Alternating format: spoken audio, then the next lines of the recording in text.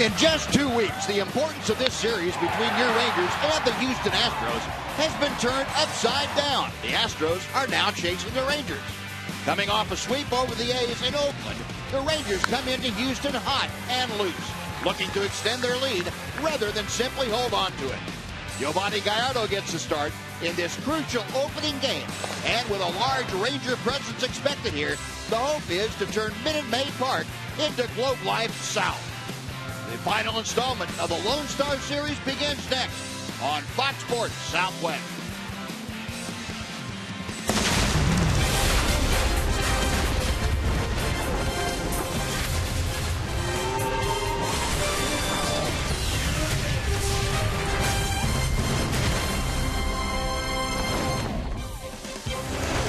Texas Rangers baseball is presented by AT&T UVerse TV. Now, welcome to the great indoors of South Texas. It's Minute Maid Park in Houston, Texas. And tonight, your Rangers take on the Houston Astros, another huge matchup between the two division rivals. And welcome in, everyone, along with Tom Graves, Steve Busby. Delighted you could join us on this Friday night of Ranger baseball. A huge weekend getting set to get underway here down in Houston. And Tom, the Rangers have a lot going for them, the way they played in Oakland, the way they played the last couple of weeks. Adrian Beltre, you would expect this time of year is rising to the top. He really is, Buzz, and the rest of the guys are just kind of jumping on his back, and off they go. He's been hot for quite a while, but recently, over the last couple of weeks, he's really been hot. In the month of September, he's driven in 25 runs. That's the most in the American League. In his last 13 games, he's hitting .450, and he's knocked in 20 runs in those 13 games. A lot of multi-hit games. He's also walking a lot, which I guess you should understand, because as hot as he is, why would they want to pitch to him in the first place? And he's not an easy guy to walk as well. So he's hot. The Rangers are playing great baseball, and it's fun to watch Adrian play. Looking to keep it going down here in Minute Maid Park in Houston. Rangers and the Astros, arguably the biggest set of games in this rivalry between the two in-state rivals. Rangers and Astros coming up from Minute Maid Park. We're back with more right after this on Fox Sports Southwest.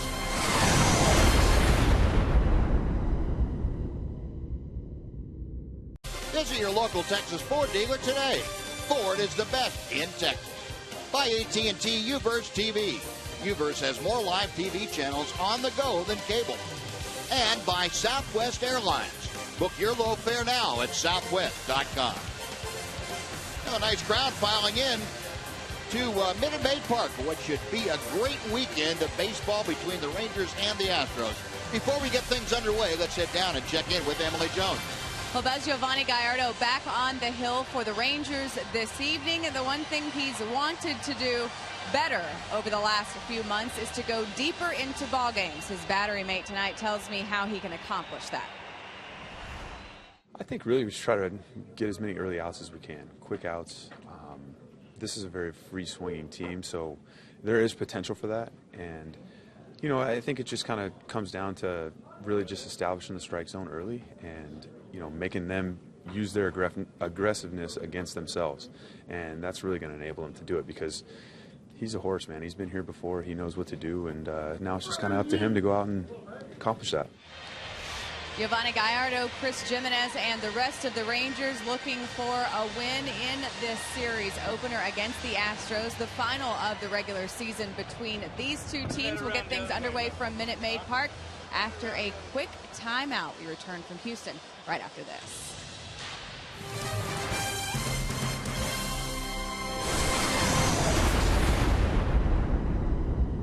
Three-game weekend. And Tom's going to tell you now about the Rangers, Southwest Airlines Rangers lineup. Well, for the Rangers, it'll be Delino DeShields leading off.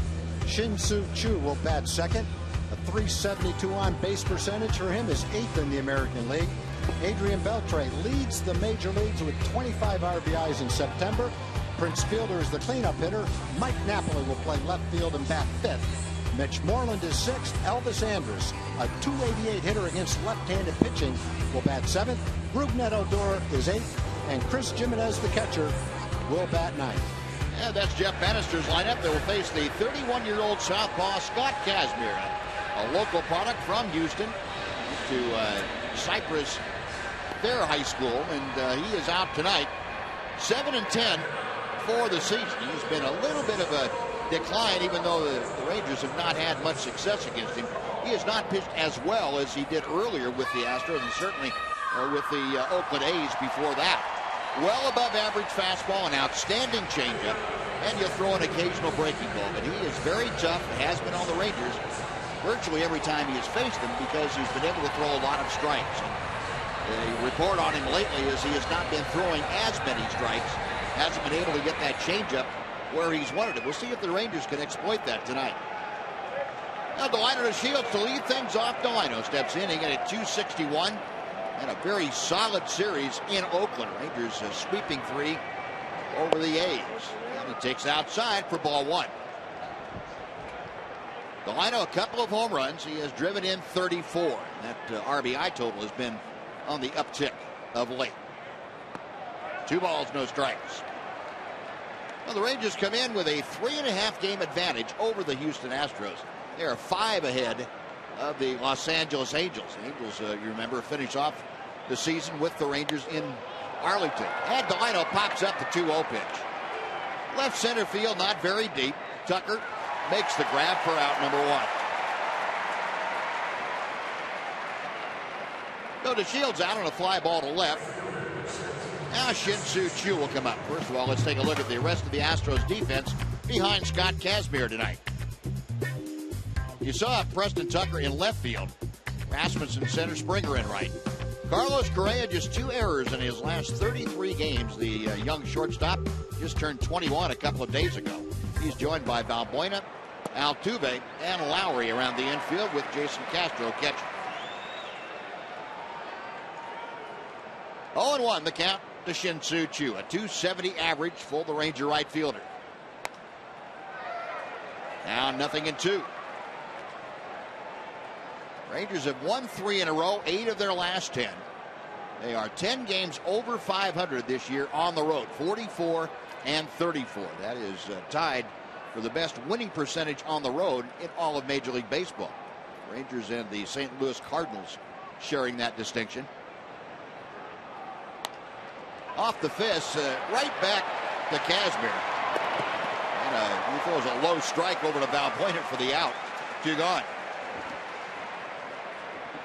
But Choo got that fastball right in on his knuckles. And did a 1-hopper back to Kazmir. 2 up, 2 away. And Adrian Beltre now will step in.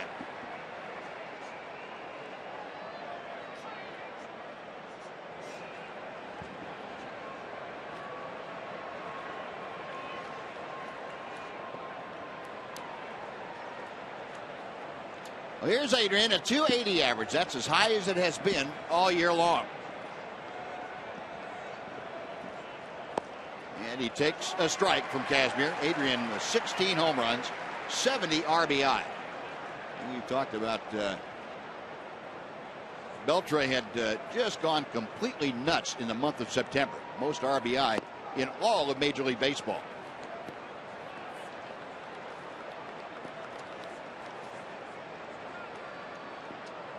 And since the start of 2012, you see Adrian a 364 average against Houston pitching. Inside, and that moves the count to 2-1. Well, Beltre sits safely in 12 of his last 13 games. That goes back to that last homestand, plus the trip to Oakland. A 453 average for Beltre. Out of play to the right. That evens the count now at 2-2. Mentioned the RBI for Beltre. 25 RBI in the month of September, and this is the 25th day of September. So 5 more days to go, and Adrian leading everybody in baseball. He also has 40 RBI in his last 38 games. That goes back to the middle of August. Kazmir with the wind, the 2-2 pitch. Full count. Now with 2 outs, Beltre trying to get aboard here in the first. Prince Fielder, the Ranger DH, is in the on-deck circle.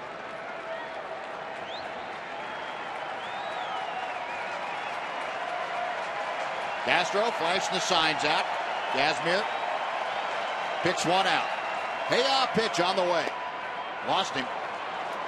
Beltre not even thinking about offering it that breaking ball down and in. He takes the walk. He is aboard with 2 away for Prince Fielder.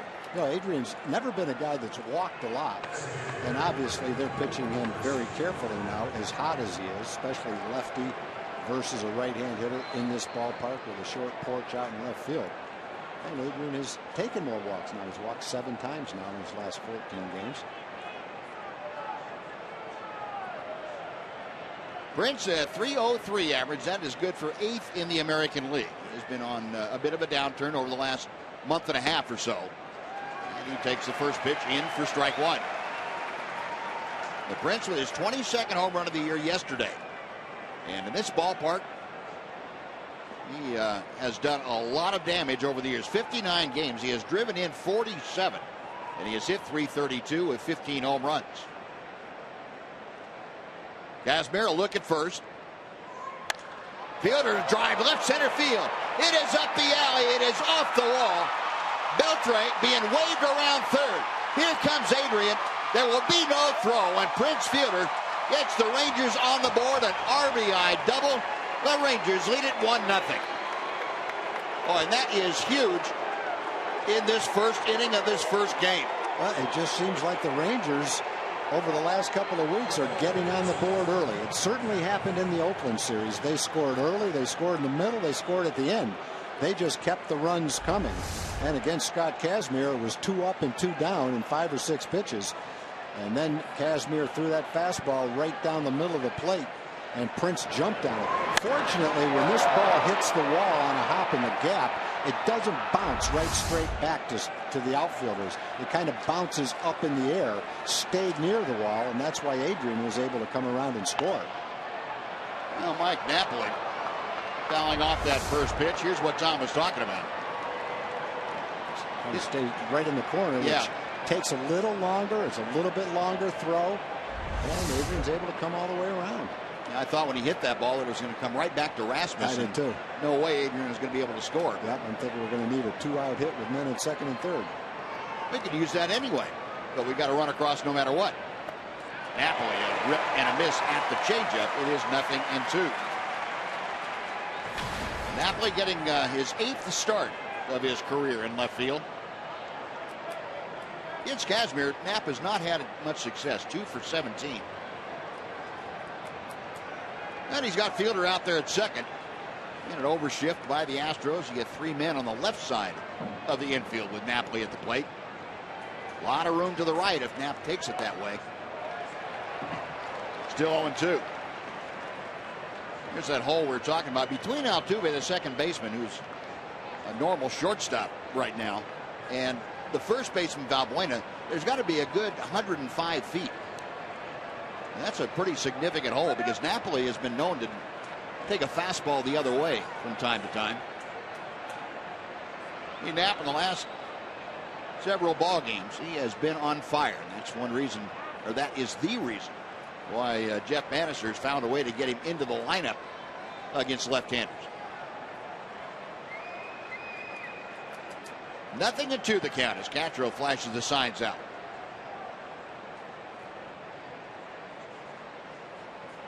Got him swinging. Kazmir went up with a little extra. He gets the strikeout, but the Rangers get the early lead. A run on a hit and 1 left after a half inning. Rangers 1, Astros coming up. Inning, and he already has a 1-0 lead. Tom's going to tell you about the lineup he will face from the Astros. Well, it's going to start out with Jose Altuve like it usually does. George Springer, the right fielder, will bat second.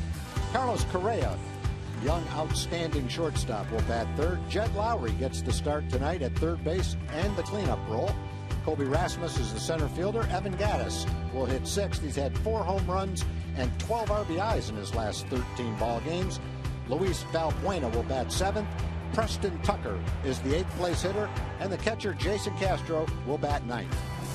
And that's the lineup that Giovanni Gallardo will be dealing with tonight. First pitch of the evening is a fastball right on the outside corner for strike 1. Our progressive scouting report on Giovanni. Trying to get deeper into the ball games. You heard Chris Jimenez talking about it with Emily Jones before we got underway. And He'll try to be more aggressive early in the game to establish that strike zone very quickly here in the first inning. 1 ball and 1 strike to Altuve. But that's a lot easier said than done sometimes.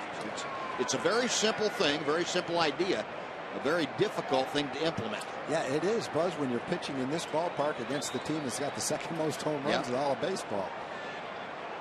Kind of caught between a rock and a hard place. You want to throw more strikes, but at the same time, you need to be careful because the home run ball is probably the key to their offense all season long. And, you know, Tom, in stark contrast to the ballpark we just came from in Oakland, where at night you almost say, okay, I fall behind a hitter. Here's a fastball up and away. Go ahead and hit it as far as you want to center field or right center or left center.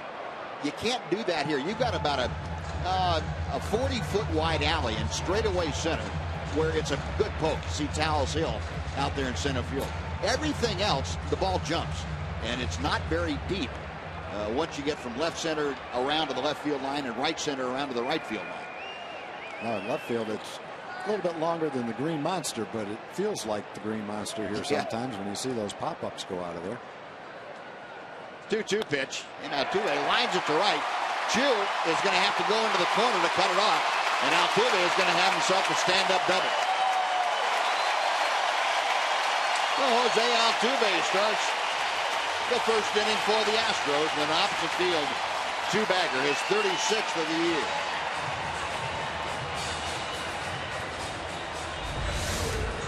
Trying to throw him away. Ball starts out away, comes back and catches the plate. Probably wouldn't have mattered to Altuve. He was going to swing at it anyway. Might not have hit it quite as solidly, though, if it was 4 to 6 inches farther outside like he intended it to be. Well, Altuve at second, nobody out. Here is George Springer, the right fielder. First pitch is low for ball 1, and this is where the Rangers really need the veteran leadership of Yovani Gallardo to come through. Yovani has been through the wars before. He knows what's expected. He knows how to pitch in situations like this. Now the Rangers really need to rely on him here tonight in a very important ball game. Put up some zeros for him. Ground ball off of his glove right to Elvis. Now there's some veteran leadership. Deflect the ball right to your shortstop. Yeah, that was very fortunate that it turned out that way. Could have been even better if Altuve took another step toward third base. They might have gotten him.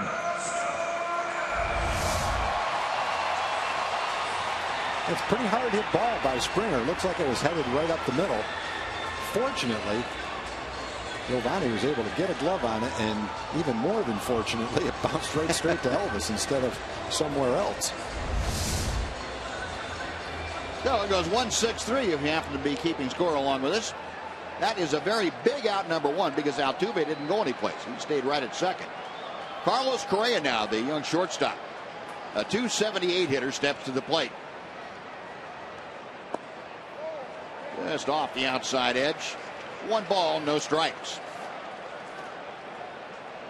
Correa with 19 home runs, 58 RBI. He is a couple of home runs shy of the Houston rookie record. Lance Berkman hit 21 in his rookie campaign for the Astros. 1-0 pitch coming from Gallardo. Instead, a little turnaround to second.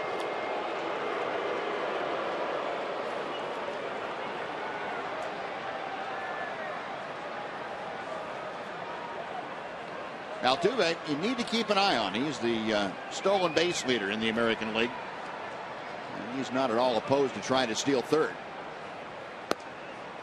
In at the knees, 1 ball and 1 strike to Correa. Correa, as I mentioned, just turned 21 day before yesterday. Still the youngest position player in all of Major League Baseball. This is his 91st game of the year. Came up in early June. On the outside corner. Giovanni doing a little painting. 1 ball, 2 strikes.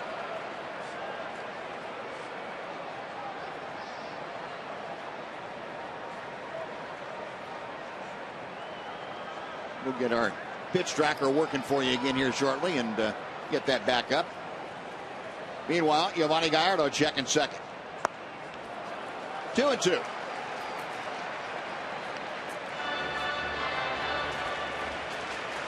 Astros in this ballpark, the best record in all of baseball. They are 51-27 at home.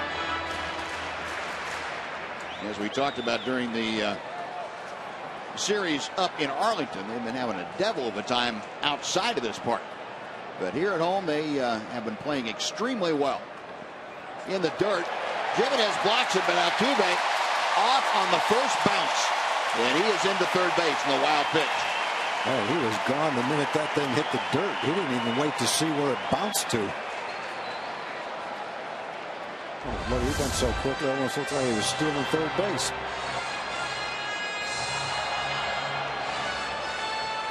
He was very aggressive, but that ball bounced right straight up. Chris would have had him off of second base, would have had a chance to pick him off second base. He'd taken a big secondary lead, and I don't think he could have gotten back to second base. Well, the count is full now. With Altuve at third, the Rangers are going to pull the infield all the way in. One out here in the first inning. Gallardo with a payoff pitch. Got him swinging. Now Correa trying to lift that low fastball, and Giovanni gets a big strikeout. There are two gone. Now we'll take a look for a moment here as the Ranger defense delivers to you tonight. My break check. Outfield of Napoli to Shields and Chu. The infield, Elvis, just one error in his last 40 ball games. A very solid job at shortstop. He's joined by Odor, as always. Mitch Moreland and Adrian Beltre at the corners with Chris Jimenez behind the plate. Now 2 outs.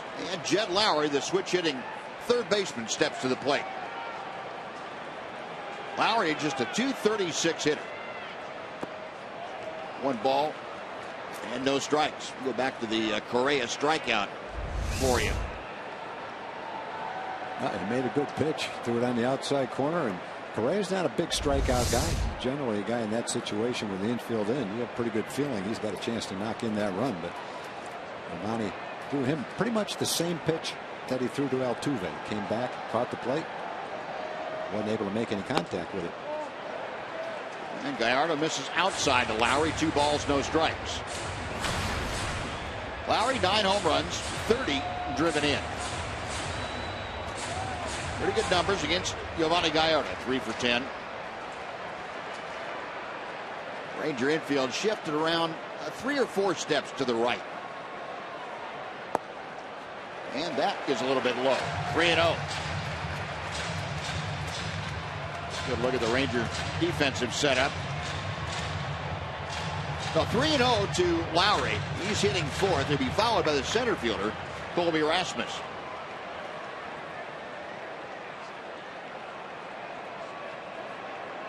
Altuve coming down the line from third. Gallardo checks him in the 3-0 pitch.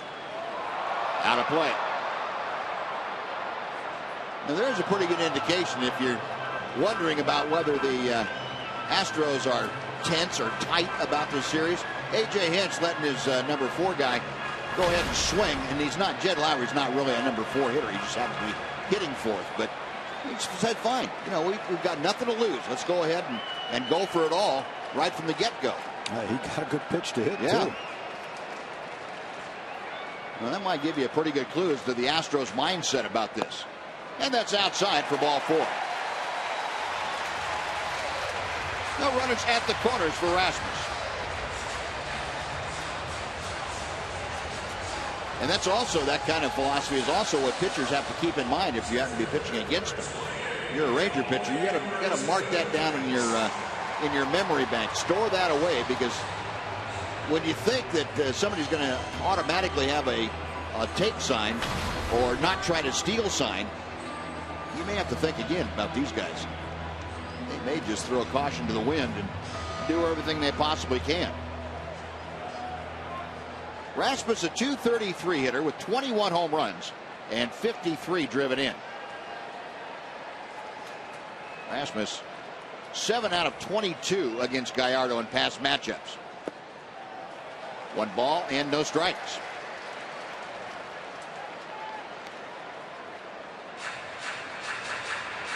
Giovanni had mentioned that one thing he wanted to do in this ballpark, talking about pitching in a small park like Minute Maid, said, I've really got to focus on keeping the ball down.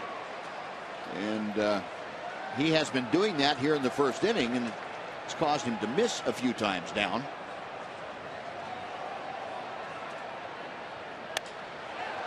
Skied to left center field.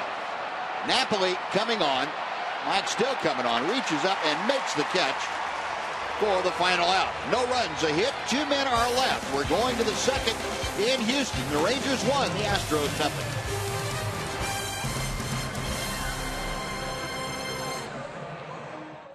Season. It comes up this Tuesday. And the first 15,000 fans receive a Yu Darvish gnome thanks to Nitto Tire. Get to TexasRangers.com. Get your tickets for the last giveaway of the 2015 season. Well, Rangers maintain a 1-0 lead. And Mitch Moreland will start things off here in the Rangers' second. Kazmir misses inside. Mike Napoli made that catch to end the bottom of the first, and big smile on his face. Getting high fives from everybody, low fives. Nap gets the reception after a fly ball that most guys get when they hit a home run.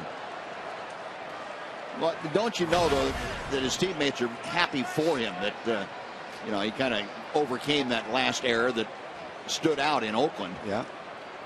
Guys said, yeah, nice going, Nap. You can get a little more confidence.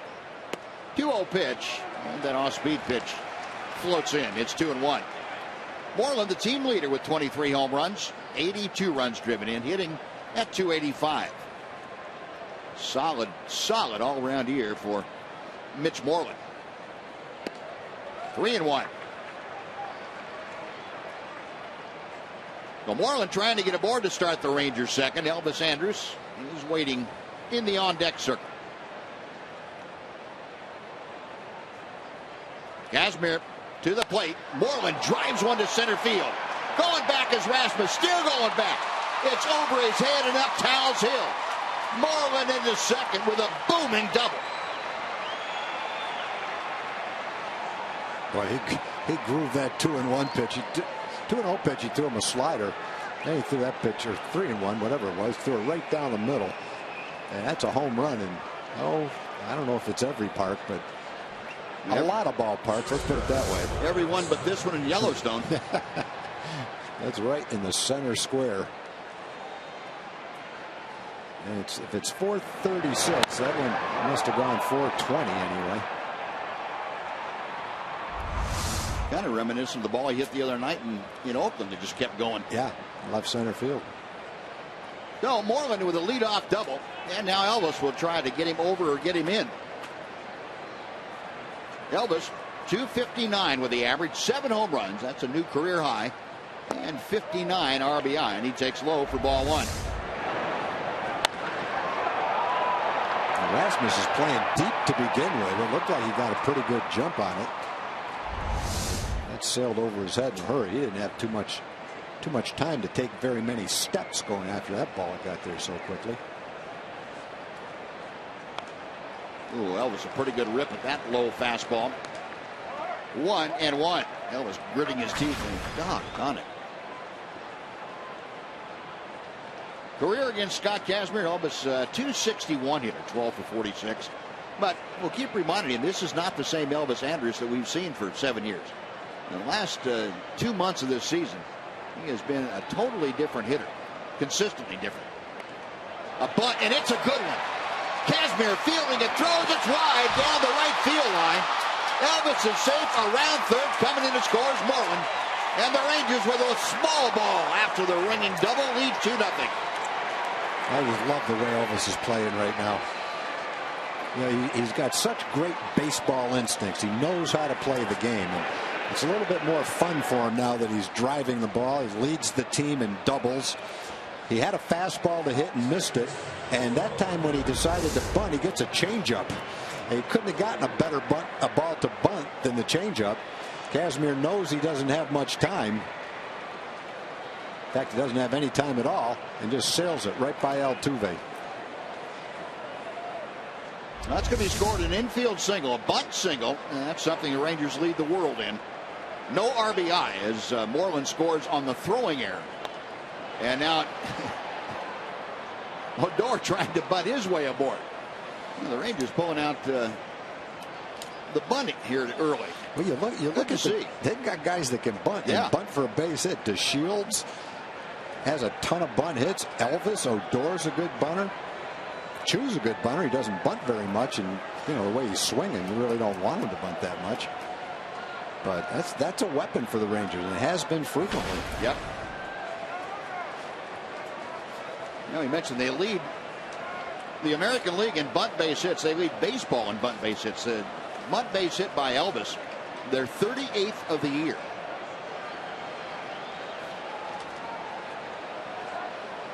Now the infield, as you can see, pulled around to the right. The overshift on for Rougned Odor. Elvis a pretty good lead at first. Pitch in the dirt. Elvis going to second. The throw is in time, and they got him. Elvis trying to pull an Altuve, going on first bounce, and the ball came right up to Castro, who made a good throw. Yeah, a couple of things happened on that were different than the one that Altuve took the extra base on. That one came right up to the catcher, and Elvis wasn't as close to second base and didn't get quite the same jump that Altuve got. Castro throws a strike, and Elvis didn't have a chance. No. Aggressive. Good try. That doesn't go down as a caught stealing for Elvis. It's just a 2-6 putout, since he wasn't on the move with the pitch. And Odor grounds to first. That is out number 2 as Valbuena takes it to the bag.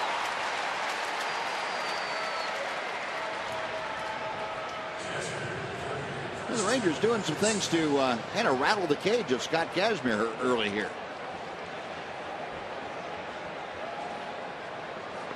He's gotten behind in the count. Well, he walked Adrian with 2 outs. Adrian came around to score. He got behind Mitch, grooved a fastball. The left-handers have done the damage as far as driving the ball. Both Moreland and Fielder with doubles. One producing an RBI and one setting up a run scored. Chris Jimenez takes low and inside for ball 1. Jimenez now with the average up to 272. That's that 4-game hitting streak. A 462 average over those 4 games. That ball's ripped to left field. It is hooking into the garage door area. That's going to be at least a double. Jimenez to second. He's going to try for third. And the throw will not be made by Altuve. It's a triple for Jimenez. Yeah, they are teeing off on Kazmir. That's the 3rd rocket in the last 6 hitters they've hit against him. Here's another ball that, in some ballparks, that's a home run. It's a home run in Baltimore for sure. And it would have been a home run here if he got it up in the air a little bit, because he hit this right on the barrel of the bat with a great swing. We weren't close enough to hear it, Buzz, but I'm pretty sure that had that sound, you know. I think so, yeah. But he had plenty of distance. If he'd hooked it about another 5 feet, it would have gone to the Crawford box. It would have. Well, Chris Jimenez in safely with a triple. The guy's giving it to him from the bench, and Chris is giving it right back to him.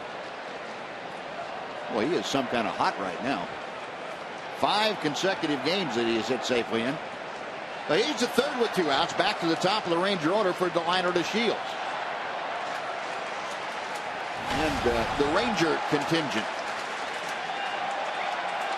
starting to make noise here, and that's inciting the Astros fan to retaliate. A shout off. Delino, they're swinging a miss. By the way, that triple for Chris Jimenez, the 1st of his career. Maybe he was having a talk with Evan Gattis before the game was started. Yeah. Well, Gattis has 9. Yeah. And prior to this year, he'd only had 1 in his whole career. Nice play by Castro.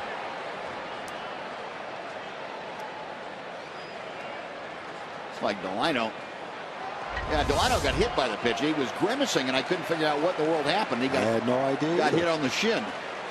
That ball bounced up and hit him. No, that's going to put runners at the corners with 2 outs and bring up Shin-Soo Choo.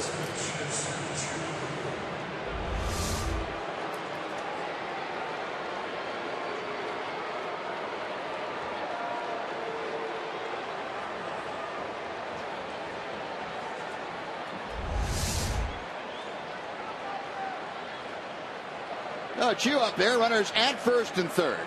Chu hit one right back to Kazmir in the first inning. Lino messing around with Luis Valbuena over there at first.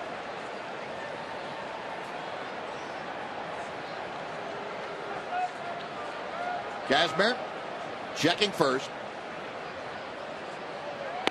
And Chu takes inside for ball 1.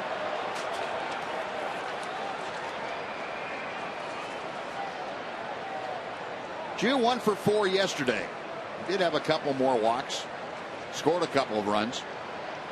Last 8 ball games, Shin-Soo Choo has been a 500 hitter. He's gone 14 for 28. Low one outside, 2 balls and no strikes. Castro's got some good hands behind the plate.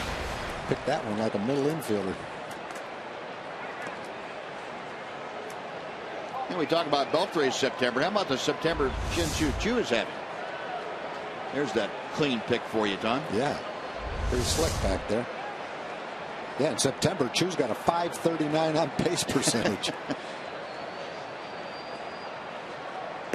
High and tight, 3-0. Well, if he walks Chu, then he's got to face Beltre, and I'm sure that's not what he wants.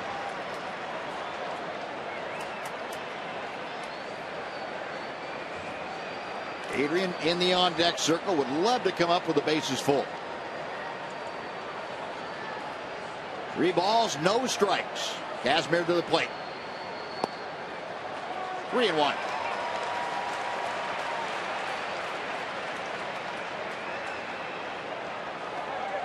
And we'll take that back a little bit longer time frame. Since the All-Star break, Chu is hitting .343.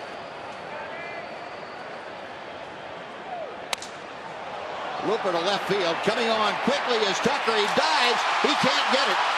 It falls for a hit. Going around to third is DeShields in to score Jimenez. And Shin-Soo Choo with a base hit makes it a 3-0 Ranger lead. Well, generally, a softly hit ball to left field has a great chance to be caught because the left fielder can play so shallow because of the wall out there is so shallow. But even with that in play, that little blooper fell in front. Great try by Tucker. Aggressive play. He knows a run's going to score if he can't catch it. So he goes all out. But the little blooper evaded his glove, and Shin-Soo picks up another hit. Tucker did a good job of keeping that ball close to him, because if that ball gets a little bit further away. With Delino running. Yeah, Delino comes in standing up. So a 3-0 Ranger lead, and Adrian Beltre stepping in looking to make it more.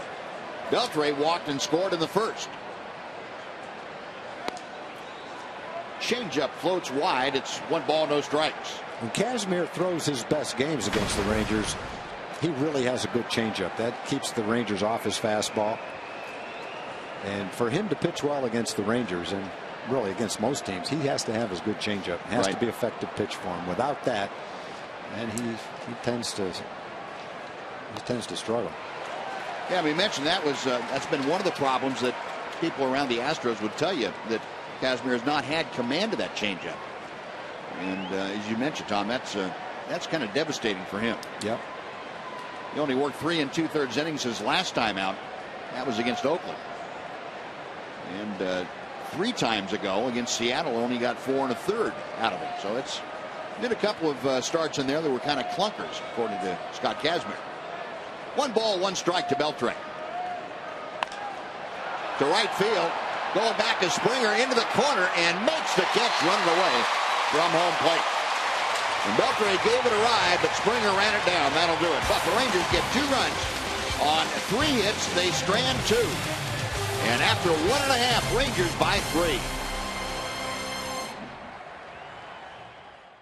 Hashtag Southwest Data Strong Fan. And your photo might show up in one of our upcoming Ranger broadcasts. It's all brought to you by the good folks at T-Mobile.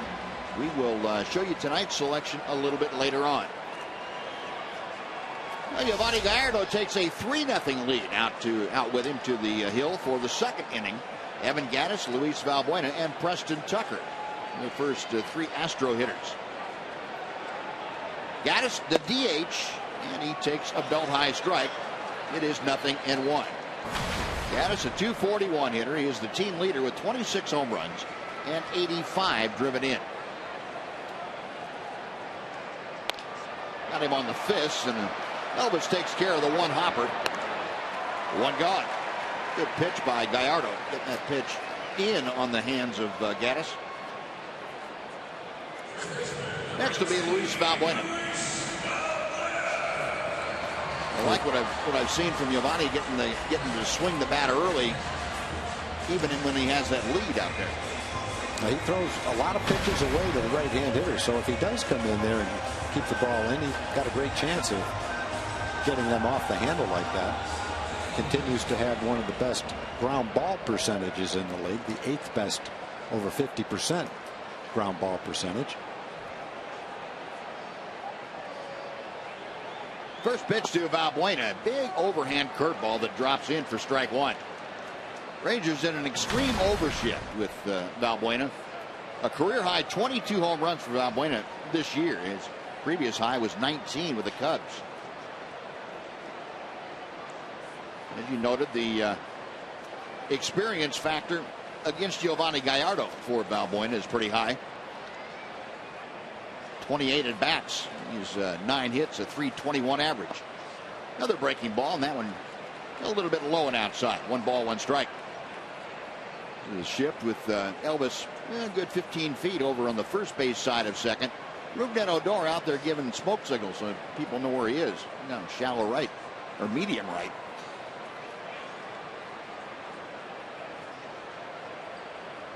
Giovanni's 1-1 pitch. Straightened him up. 2-1.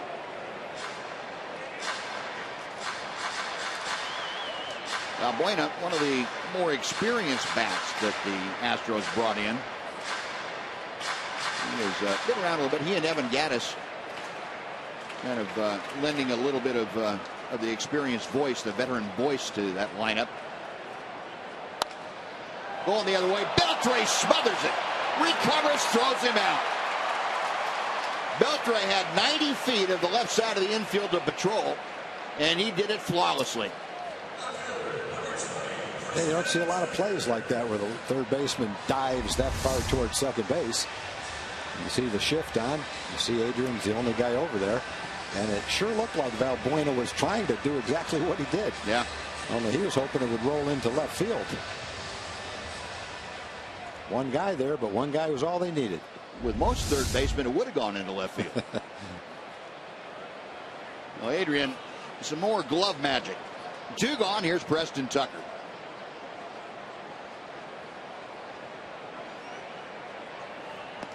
One ball, no strikes. Tucker, a .247 average with 13 home runs, 33 driven in. He is 13 home runs, 5th among American League rookies this year.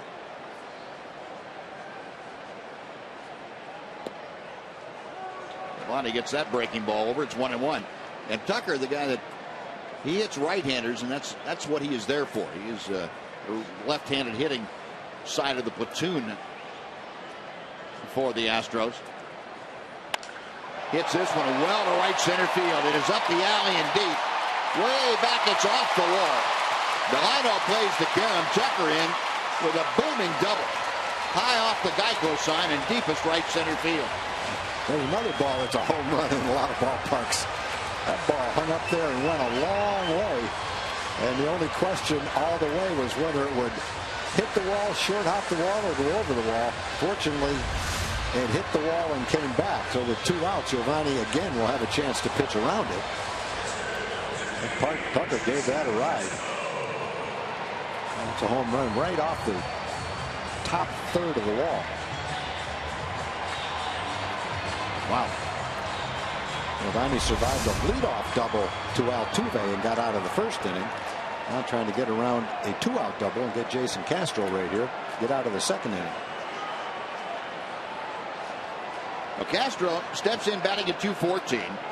11 home runs and 30 RBI. He's back off the disabled list. Had the strained quad that kept him inactive for about 3.5 weeks. This is 7th game since coming back off the inactive list. 7 for 20 in his career against Giovanni Gallardo as Jason Castro.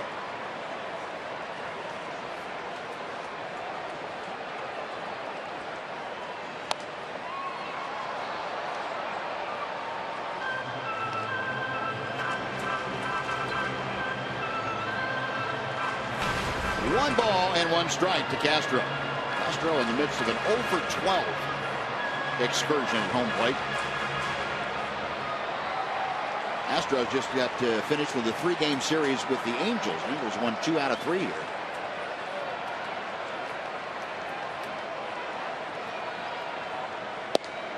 Two balls and a strike.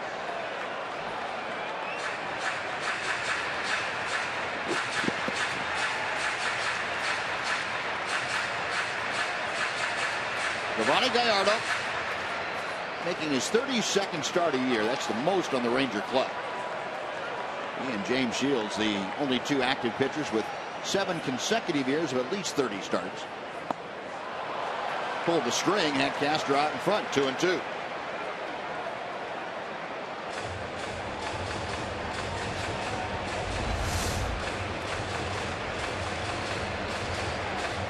Pitch that we don't see Giovanni Gallardo throw too often, that straight changeup. Yeah, and if you can get that kind of a result, keep the ball down like that, might be a good idea to throw more of them. Yeah, and I think he reserves it for guys like Castro that have pretty good home run power from the left side. 3-2. Well, Castro, the number 9 hitter, trying to get aboard to join Preston Tucker. Jose Altuve, the leadoff man, is in the on-deck circle.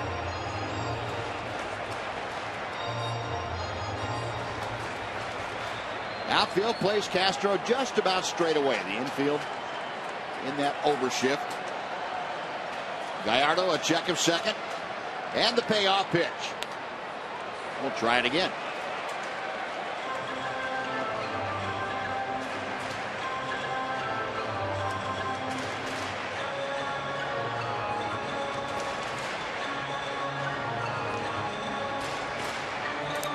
I would think Giovanni really want to go after Castro. You don't want to have Altuve come up as the tying run, even though it's only the 2nd inning.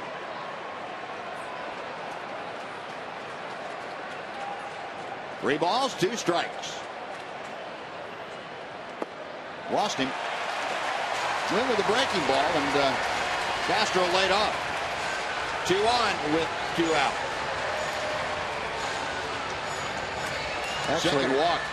Yeah, with a 3-2 count, I'd almost expect Castro to swing at that pitch. He doesn't walk very much. He strikes out a ton.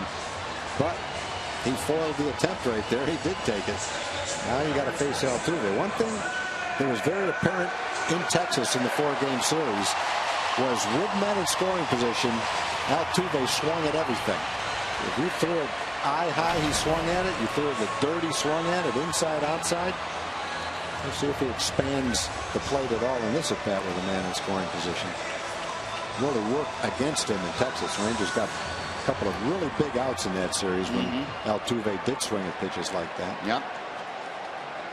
Well, Altuve doubled into the right field corner his first time up.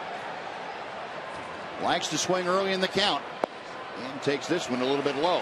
That's that cutter slash slider from Gallardo. And Jimenez is going to go out and talk to Giovanni. I think in Texas, he would have swung at that pitch. Hit leaders in the American League. And Altuve right there at the top, 189. And Prince Fielder in 5th. He has 175. Bogarts, Kinsler, Donaldson, all in the mix in the top 5. Conference concluded. Now, Jimenez back down behind the plate. Gallardo gets the sign. 1-0 pitch. That one got the low outside corner. Yep. Altuve being very cautious there. It's almost like he's learned from his experience in Texas. Slow things down a little bit with men in scoring position, not be quite so jumpy and anxious. A hot hitter, as you can see, 400 in the last 6 ball games for Altuve. Got a fastball to work with, fouled it back. And Gallardo now ahead of the count. 1 ball and 2 strikes.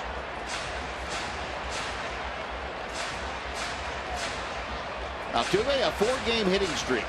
He's seen him go 7 for 14. Went 6 for 13 against the Angels in that just completed series. Got Tucker out at second base, Castro at first. Gallardo ready with the 1-2 pitch. We'll try it again. Altuve with a very quick bat. He will foul off a lot of good pitches. Well, Altuve on the season a 314 hitter. He's a 308 hitter with men in scoring position, so he's the same guy.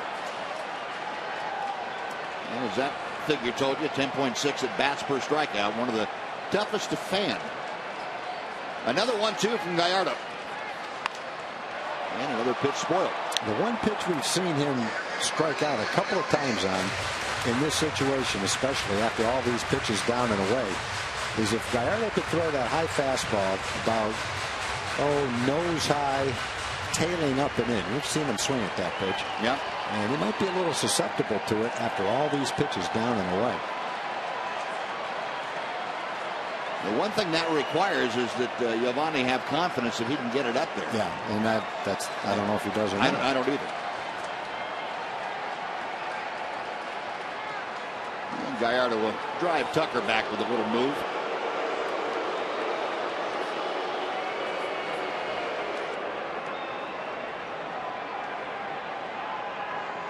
Altuve adjusting that batting helmet. He is back in.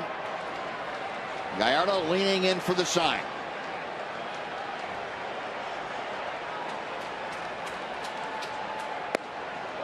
Just missed the outside corner. That was the same pitch that Altuve hit the other way for a double. Mike Maddox, Jeff Bannister keeping an eye on this matchup right here. Altuve with a 2-ball, 2-strike count. Representing the tying run here in the second inning. At the plate with 2 outs. He has 2 on. Got him swinging. He kept it out there, and eventually he got him to chase it. Gallardo with his second strikeout of the night. Altuve furious at himself. And the Astros do not score. They strand 2. Prince Fielder starting things off for the Rangers when we come back with Texas on top 3-0. The regular season is also Fan Appreciation Day.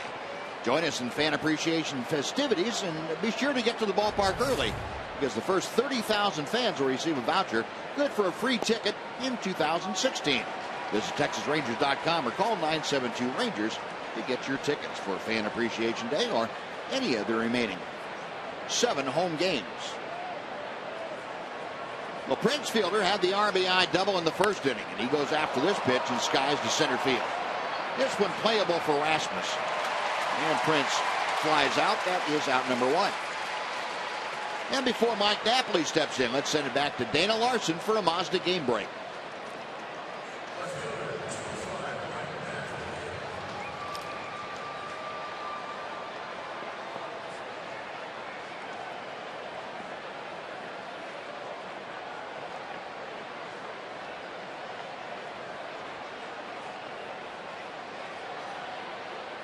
All right, Dana, thank you. Mike Napoli taking the first pitch outside for ball 1. Knapp went down swinging the first time that he faced Scott Kazmir. That was back in the first inning. Rangers 3 runs on 5 hits here in the early going off Kazmir. And that is a strike. Yikes. According to Larry Vanover, the home plate umpire. Not according to Mike Napoli, judging by the look on his face.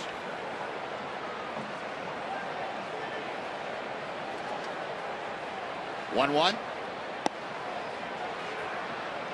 2 balls and a strike. Knapp has had hits in each of his last 2 games. He's gone 3 for 6. Remember, he had started all of the games lately against left-handers. He hammers one to left for a base hit. Waited on the changeup. Yep. And I guess you would say that even when Kazmir gets the changeup in the strike zone, it's not really in a good spot. No, it just hasn't been effective yet, as we've seen it sometimes in the past. Down and away, but Knapp waited on it. Still got the good part of the bat on it. Well, the 6th Ranger hit tonight. Napoli at first with 1 out. Mitch Moreland blasted a double over the head of Colby Rasmus in center field, his first time up.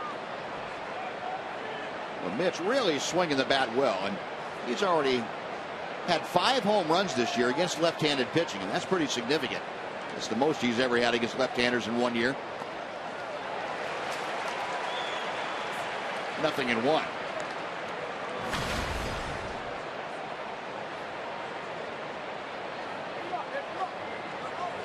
Mitch in his last 14 ball games has driven in 14 with 5 home runs. He's been on a pretty good roll. Again, the Ranger leader in game-winning RBI. 1 ball and 1 strike. Already a career high for Mitch with 82 runs driven in. He's tied his career high in home runs with 23.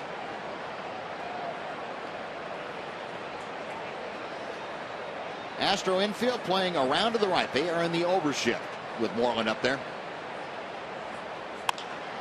Ground ball to the right side. That's cut off by Altuve.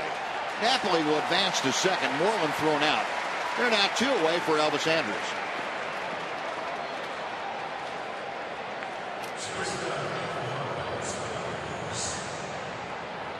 So Knapp in scoring position. Elvis had a bunt single in the second. He was making sure there was a sacrifice situation. He was going to make sure he got a bunt down for a sacrifice. It turned into a base hit. 38th bunt base hit for the Rangers this year. And for Elvis, his 9th. He's just 1 behind the league leader, Delano DeShields. Kazmir, a long look at second. Changeup floats outside for ball 1.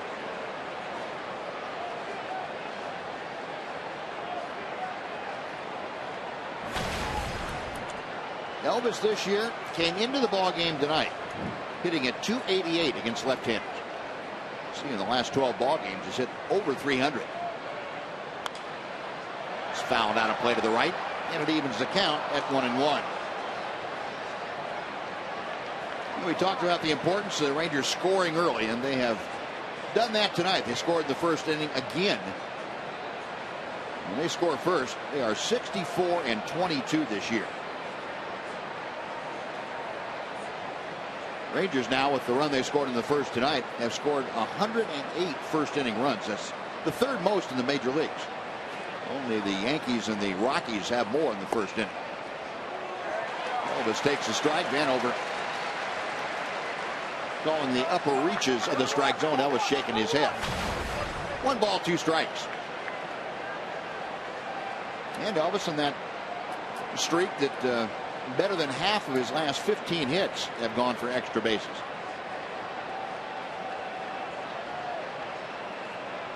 Kazmir, a check of Napoli at second. Elvis reaches out, pokes it to left field. Correa going out, makes the catch. And that will do it. Looked good for a moment, but Correa able to track it down. No runs a hit, 1 left after 2.5. Rangers 3, Astros nothing.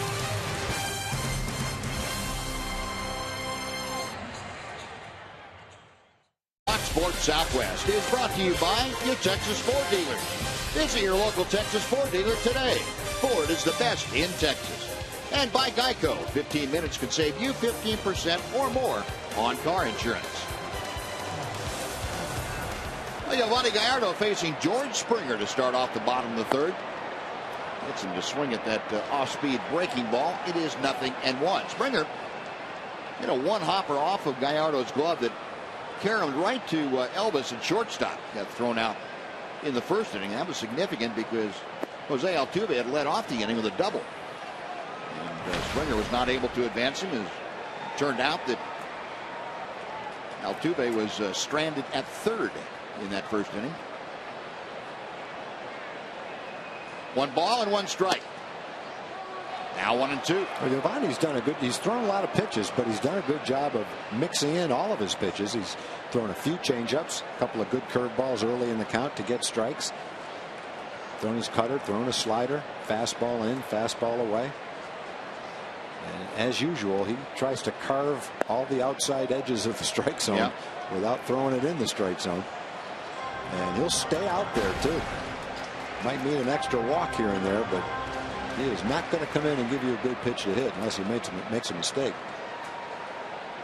That note on George Springer, he's reached base in 23 consecutive ball games coming into tonight. Beltre had the double clutch. The throw is not in time, and Springer is on base again. Adrian couldn't get the handle as he played the long hop. Well, Springer hustles every ball out, number one, and he can really run. And that puts pressure on the fielder. Adrian knows he's got to get rid of that ball quickly. If he's got plenty of time, then he gets the ball out of his glove easily. But with that little bit of a rush trying to get rid of the ball led to him bobbling it enough for Springer to get to first base. Well, that'll be ruled a hit for George Springer.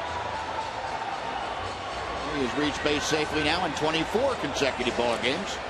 1 on, nobody out. Carlos Correa, who struck out his first time, steps to the plate. You get a tough guy to hit a ground ball like that to start an inning, and unfortunately, you can't turn that into an out. One thing we've learned: hit it there again, you'll be out. Yeah, very seldom do you see Adrian do that. And Springer, one of those guys you really have to keep an eye on. He's got 15 stolen bases in 19 attempts this year. The Astros leading the American League in stolen bases, 112.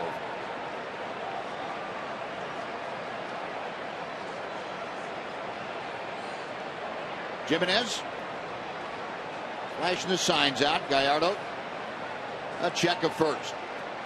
And he will go over there with a toss.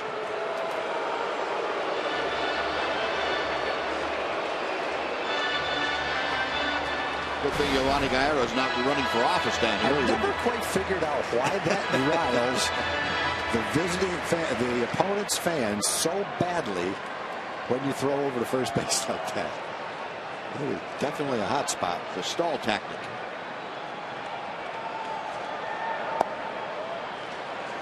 One ball and no strikes.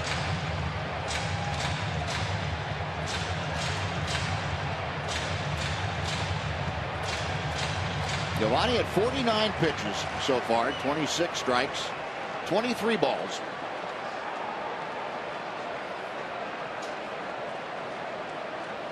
Right-hander, a belt high set. Now 2-0.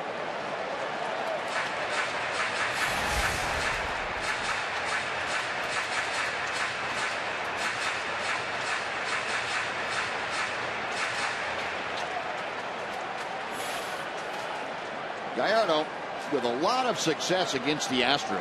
He's 2-1 this year, but go back over his entire career, he's 15-4 against Houston. Of course, most of the guys on this Houston club were not anywhere around when Giovanni started toiling against the Astros.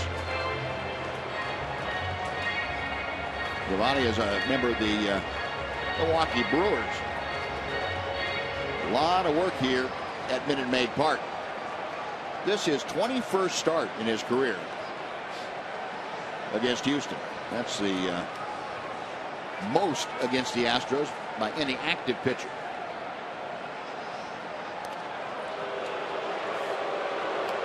And again, it's a Houston welcome. Well, Giovanni's accomplished one thing that the Rangers counted on when they acquired him, and that's make every start. The 32nd start of the year, 7 straight years he's had at least 30 starts. 2-1 to Correa. That evens the count. Well, Cole Hamels got 4 double play balls yesterday. That was a pretty good double play pitch right there. Correa hit right on top of it. Hit it into the ground. There's Cole talking to Kobe. Kobe, a fly ball pitcher. Cole got the ground balls yesterday. Cole said, I'm not generally a ground ball pitcher, but I'm pretty proud of some of the pitches I made to get the ground balls yesterday. You see that ball sinking, tailing in to the right-hand hitter. If he did make contact, it would have been a ground ball. Yep. Springer away from first right there in the back of your screen. Got him swinging. Breaking ball down and away. A big strikeout for Giovanni Gallardo, his 3rd of the night. If Correa goes back and watches that at bat, he'll say the pitch I missed was the 2nd strike that I fouled back. And then Giovanni just keeps it away, keeps the breaking ball slider down and away. Just like he got Altuve to chase for strike 3, he got Correa to chase right there. Big out after the leadoff hitter got on. Sure was. Oh, one away now. Jet Lowry, who walked in the 1st inning, steps in. Lowry, the switch hitter, up there from the left side. Gallardo, a check of first. And he will go that way to drive Springer back. Lowry this year has a .217 average as a left-handed hitter. He's .294 from the right side.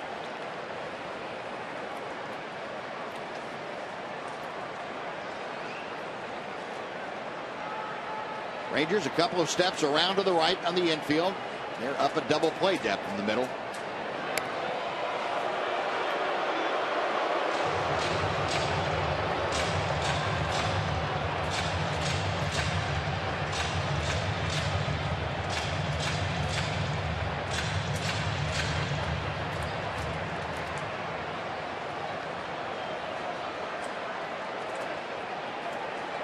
Gallardo nods in agreement and sets again. 1 ball and no strikes. Gallardo making his 10th start here at Minute Maid. Comes in having gone 5-3 in the first 9 starts with an ERA of less than 3. It's .292. It's the 5th lowest ERA by any starter that's had 60 or more innings of work in this park. Just off the inside corner. 2 balls, no strikes.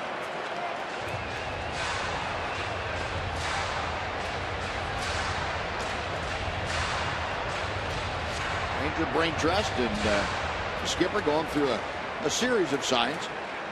Here's Jimenez peering in to see if any of that was meant for him. 2-0 the count. Now 2-1. 2-0, you think is a hitter. Okay, he's coming in with 1 now. He throws a strike, but it's tailing away and barely caught the outside corner. You're just not going to give in and throw you a good pitch to hit. Had 2 threads of a seam on in the corner. I think he just wears out the patience of the hitter. Yeah, I think you're right. The pitch they're looking for just never comes.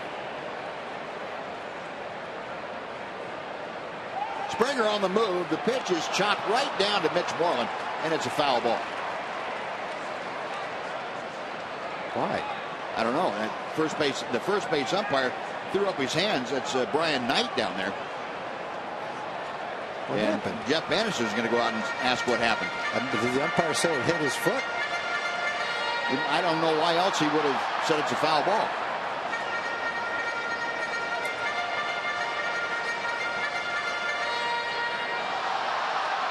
Well, Jeff's going to walk down there along with Larry Vanover to talk to Brian Knight. Looked like he was looking for shoe polish or something on the ball, but it just looked like a routine ground ball to first. I thought so too. It was. Yeah, he didn't. He's just acting like I grounded out to first base. Yeah. The umpires are going to get together now, an umpires conference out there, and they will review it themselves. I mean, it's a fair ball. It didn't hit his foot. Right. Lowry's just upset that he grounded out to end the inning. Yeah. He's not thinking I got hit by a pitch. There's no way that. There's only 1 out. What do you do? Yeah. You should put the guy on second, call him out at first.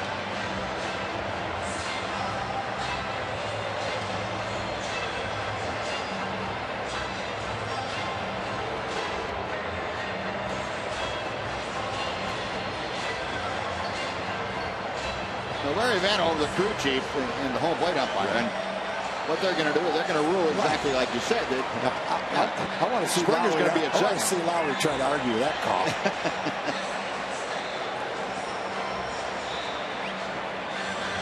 Now A.J. Hinch getting the full explanation from Larry Vanover. And I think what Larry is telling him, hey, we just messed up. There was a call made that was not correct, and we're going to rectify it.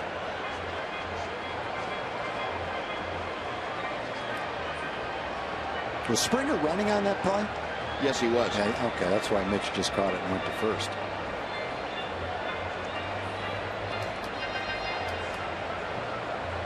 How about if that ball had bounced over Mitch's head? The umpire standing there calling timeout. If that ball had bounced over Mitch's head, Lowry would have been sprinting for second base.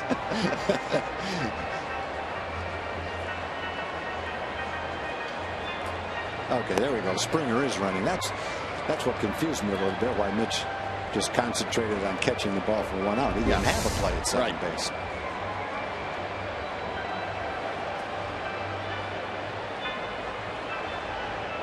So the upshot of it is Lowry is going to be out, first baseman unassisted on the putout. Springer's going to be at second base. There are going to be 2 outs, and Colby Rasmus now will be coming to the plate. A rather lengthy explanation for all that needed to be said is, hey, we made the wrong call, and we just fixed it. Ball hit 5 feet away from us. No, men on second, 2 outs. Colby Rasmus, who flied to left field, back in the first, will step in. So much for the pace of play.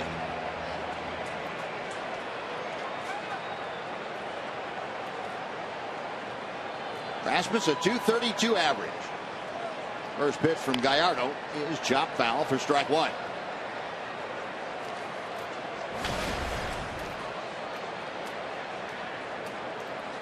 Rasmus, who got into the lineup on an everyday basis when George Springer was out, still playing a lot lately, although he's 0 for his last 8. A.J. Hinch going with a guy that has a little more experience in their lineup. And in September, Rasmus has responded. He's hitting .271 in the month. Got 4 home runs and 7 RBI. This season is average with runners in scoring position a little bit higher than his overall average. He's got Springer at second here. Run at him, run at him. Now the throw down there goes into center. Springer's going to be up going to third. And the throw by Delano is not there in time. That's one, as a catcher, when you get a guy that far off, all you have to do is just sprint right at him. Make him commit one way or the other and then throw it. And that'll go on the books as an error on Chris Jimenez.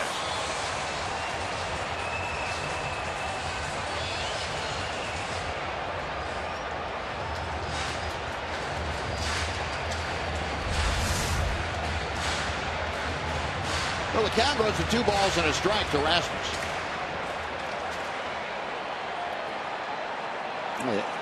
The Astros have had a man in scoring position all 3 innings. Giovanni's been able to pitch out of it. Springer ball is low. Springer could have been out a couple of times. Yeah. Could have been out on the ground ball to lead off the inning in the first place. And that time he was trapped off, but managed to escape. Well, the count has gone to 3-1 to Rasmus. Rasmus hitting 5th to be followed by the DH Evan Gattis.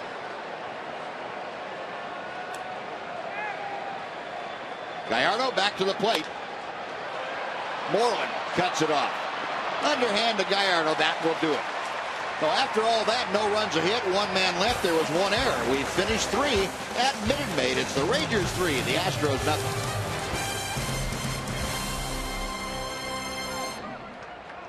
As we head to the 4th, and we've talked about the resurgence of this team in the second half, and it is not lost on the guys in the clubhouse that their manager is a big part of that. It's not easy being a manager, especially your first year in the new league. But the way he handles stuff is just been amazing. You know, our team might have the way he's been handled everything so far. He seems so calm all the time, even through, you know, when we were through tough moments during the season. He never gave up on us. He never gave up on any other guys. And he just, he was just another guy out here. So I really, that really impressed me a lot for him. And now that we're doing better, he's still the same person. So as Elvis mentioned, so important for this team to have a steadying force, especially when things were so bad early in the season. As Elvis mentioned, very even keel, kept very calm through all of that, and now they find themselves in first place, and you've got to think Jeff Bannister is in consideration for the American League Manager of the Year, guys. Yeah, you'd have to have an investigation if he weren't. The job he has done, where this ball club has been this year, and where it is right now, yeah, I would hope so. He's in consideration. Rougned Odor starting off the Ranger fourth. Pitch fouled down. Rougned grounded out to first. His first time up there. That was back in the second. Rangers 3 runs on 6 hits thus far. The Astros no runs on 3 hits. Each club with an error. 2 balls and 2 strikes.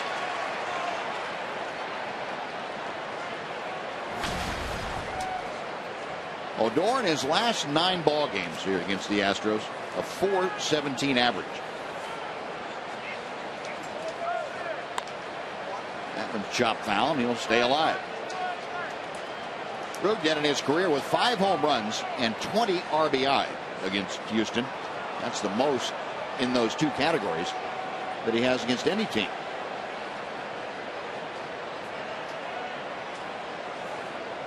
Remember here last year, a year ago this past May, and Rougned making his major league debut and wowed everybody. He had a good series, hit the ball in the second deck out in right field for his first major league home run. He's going to have to get a new bat after that. Pitch shattered his bat. Out number 1. Chris Jimenez will be next.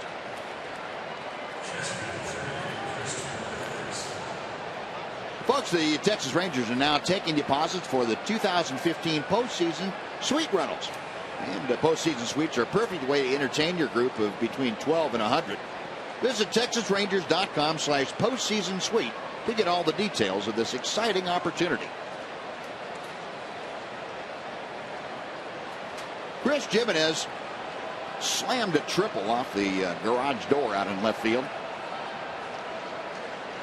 His first triple of his major league career came around to score.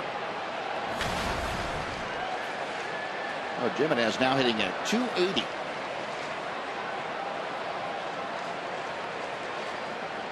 Nice to see Chris's family. A lot of them up from the Central Valley in Oakland. That series up there.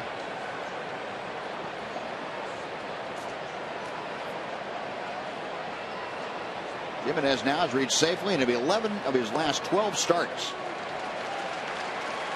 1 ball and 1 strike.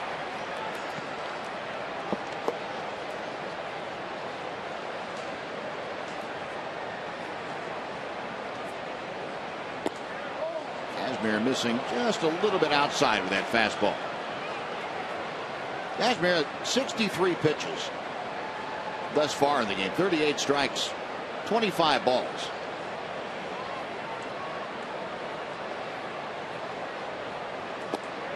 That's outside also. 3 balls and a strike. But Jimenez trying to get aboard with 1 out here in the 4th inning. The top of the order, Delino to Shields will be next.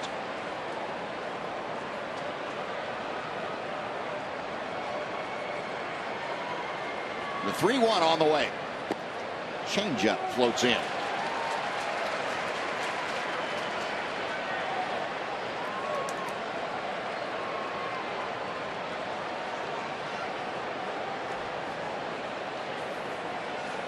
Chris hitting out of that open stance against Scott Kazmir. That is out of play to the right.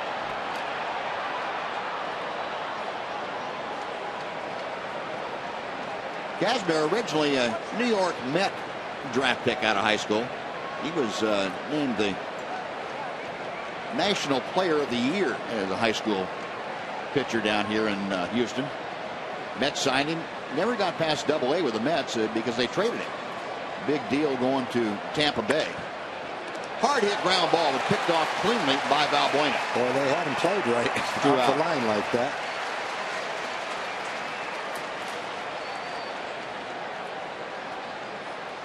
No bases empty for Delino DeShields.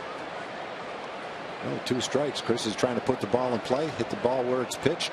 Did a pretty nice job of it. And sometimes that ball's right in the hole for a base hit. Definitely, if the guy's holding a run around at first base. Valbuena was playing way off the line, able to make the play easily. DeShields hit by a pitch his last time up. He is 0 for 1 officially tonight. Takes the off speed, the breaking ball in for strike 1. Delino a 260 average. 1 ball and 1 strike. Told you about the series Delino had in Oakland. DeShields in that 3-game set went 5 for 11. He scored 5 runs, drove in 4 against the A's. Pops that next changeup back into the seats. 1-2.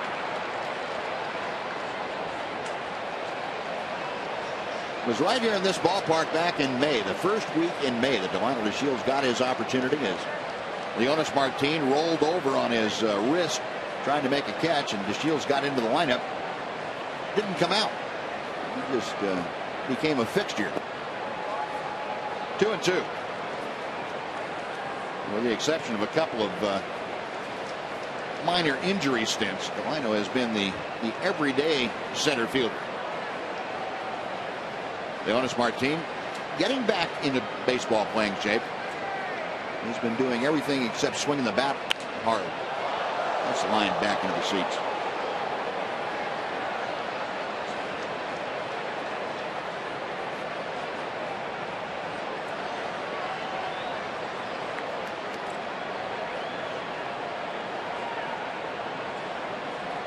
Still 2-2.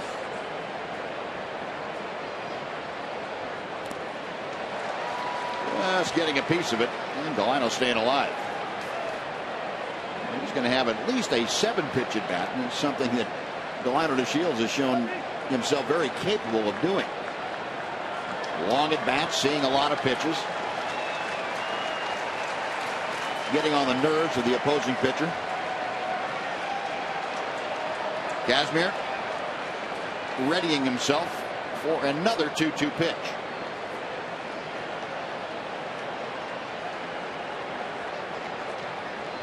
On the way.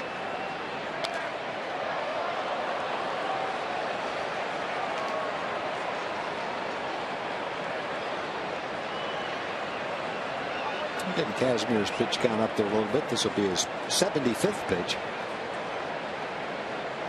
If Delino gets on, he might get up around 80 through 4 innings.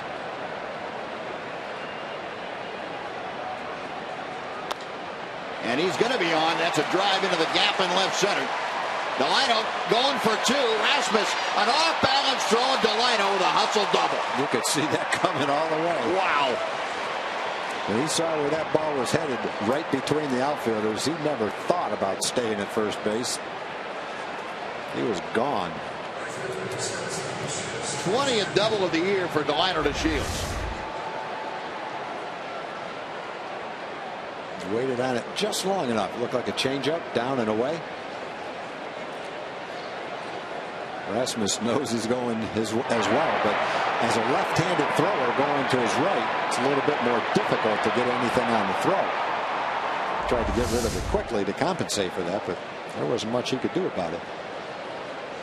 So DeShields smoking it into a double. A little flare out in left center field. And he's in scoring position now for Chu. 1 ball, no strikes. Jinsu dumped a single into left his last time up for an RBI. Drove in his 73rd run of the year.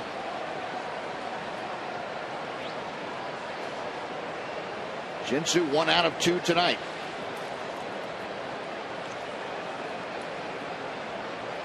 Again, the Astros giving Chu a big hole on that left side. You got Correa, the shortstop, only a couple of steps to the third base side of second. Lowry, the third baseman, maybe 10 feet off the line. So there's a gigantic hole at your normal shortstop spot. Hard hit, but pulled foul. 1 ball and 1 strike.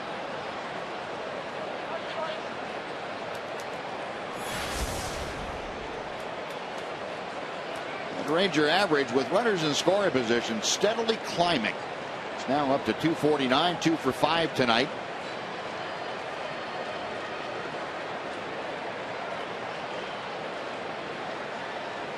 Ranger road average also coming up. It's at 240. 2-1.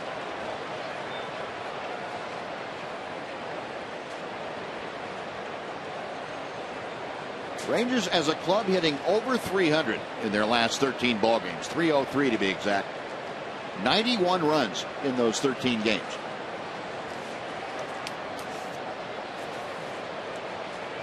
Seven runs per game. 2-1 as Kazmir sets. A check of DeShields at second.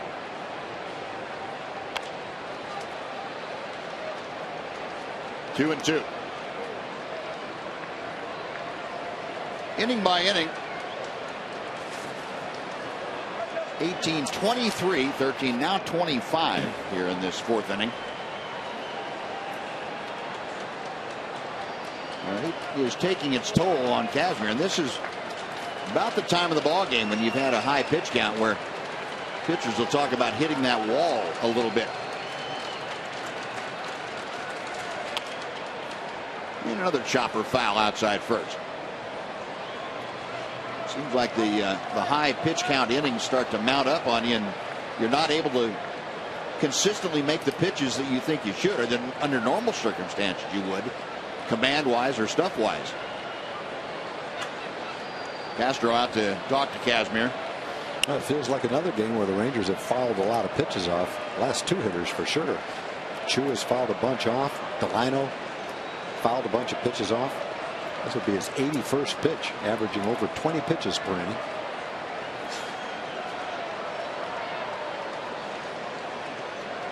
Now the left-hander's ready. A check of second. Chu drives one to right. It is deep into the corner. Goodbye. Shin-Soo Choo, a 19th home run of the year. The Rangers lead it 5-0.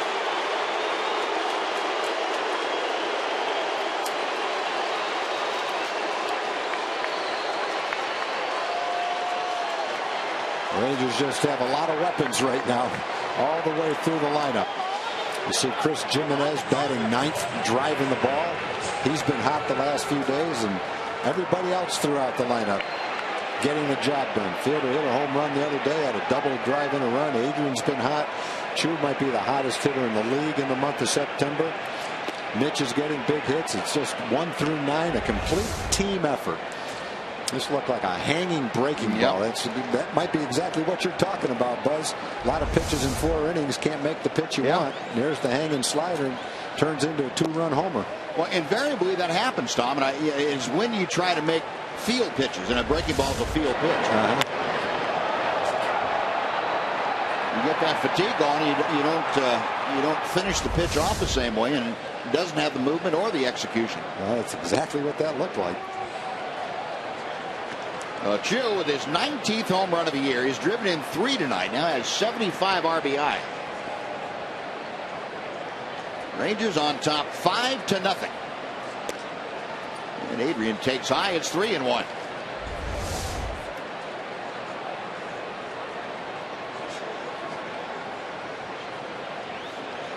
That was too far away. Spider-Man couldn't go up over the wall and catch that one. Beltre takes a pitch right on the outside corner. Shin-Soo Choo, a single, a home run. Rangers now hit for the cycle tonight. Single, double, triple, home run. Payoff pitch. That ball's hit well to left field. Going back is Tucker. Leaps up. He can't get it. It's over his head. Beltre into second base with a double.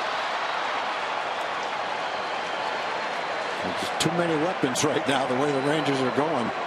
There's no relief.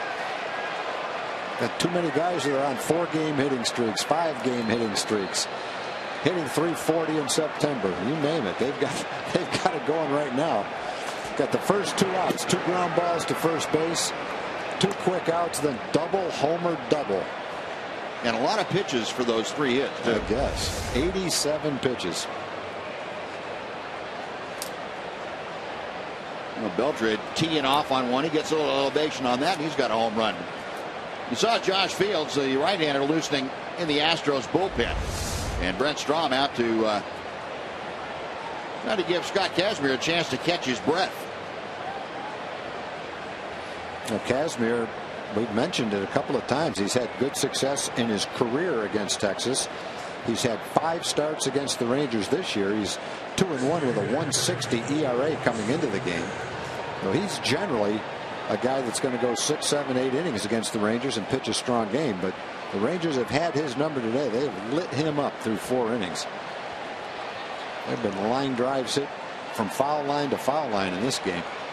You know, and that's one of the things I think, Tom, you miss when you rely on statistics to try and predict the outcome of a matchup like this.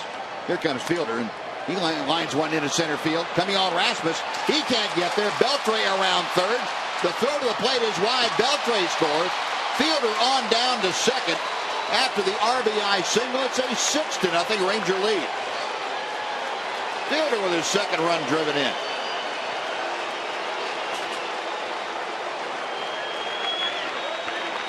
Well, the Rangers they have just got the Astros number right now. And they're just piling it on. What I was going to say, we can catch up with this as time goes on. You might as well throw the matchups, what's happened in the past matchups against the Rangers away right now. This is a totally different Ranger team. That's exactly right. There is no statistics that can tell you how Scott Kazmir is going to do against these guys or anybody right now. That's exactly right. Now, pitching change underway here at Minute Maid. Rangers on top 6-0. Josh Fields coming in. We'll take a timeout. We're back right after this. This 3-game series coverage begins at 11:30 a.m. Then at 5:30 on FS1, it's the Brewers taking on the Cardinals. All that tomorrow on Fox and FS1. Well, Josh Fields is on hand now. The 29-year-old right-hander, make that 30-year-old right-hander, just turned 30 last month. He is on to pitch to Mike Napoli with Prince Fielder at second and 2 outs. Rangers with 4 consecutive 2-out hits have plated 3 runs and threatening more. Fields for the season his 53rd appearance. 4-1, a 3.75 ERA. Opponents hitting only .210 against the right-hander. Rangers treated Scott Kazmir very rudely. 10 base hits off Kazmir. Kazmir walked 1, he hit 1, and struck out 1. Mike Napoli had one of those 10 hits, a single in the 3rd inning. Knapp is 1 for 2.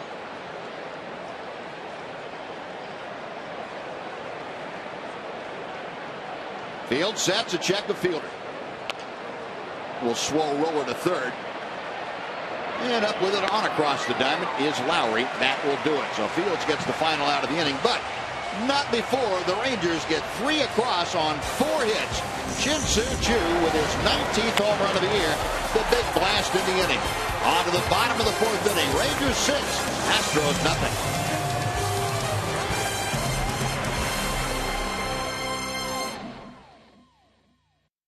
On Fox Sports Southwest is brought to you by Southwest Airlines and by Mazda.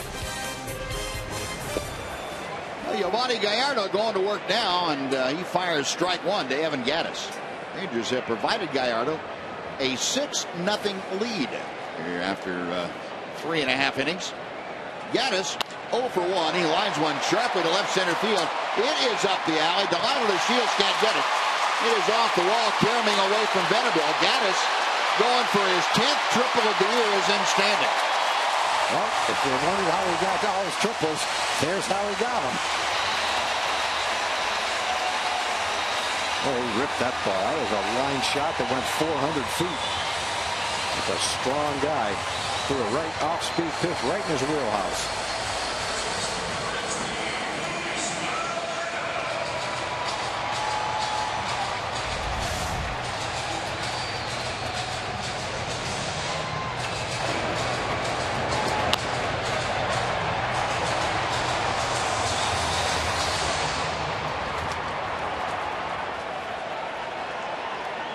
Gaddis with his 10th triple as an Astro this year. He is a third with nobody out. And Luis Valbuena hits one deep to right. And that ball is gone off the facing of the second deck. A 2-run home run. The Ranger lead is down to 6-2.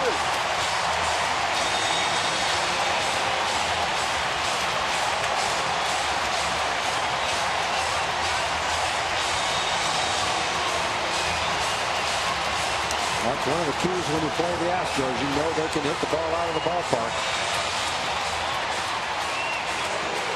Valbuena hits number 23. Added a nice little bat flip to it as well.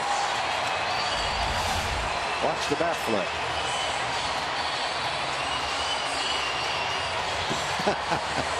He knew that thing was gone.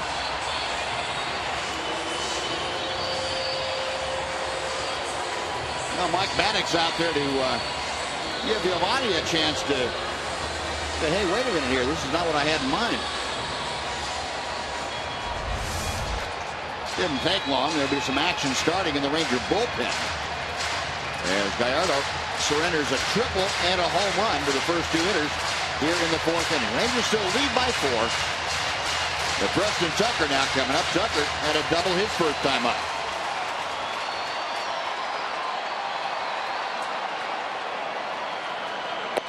One ball, no strikes.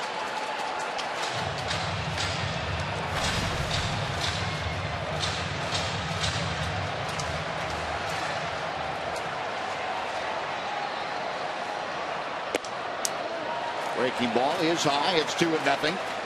Chichi Gonzalez up and loosening in that Ranger pen.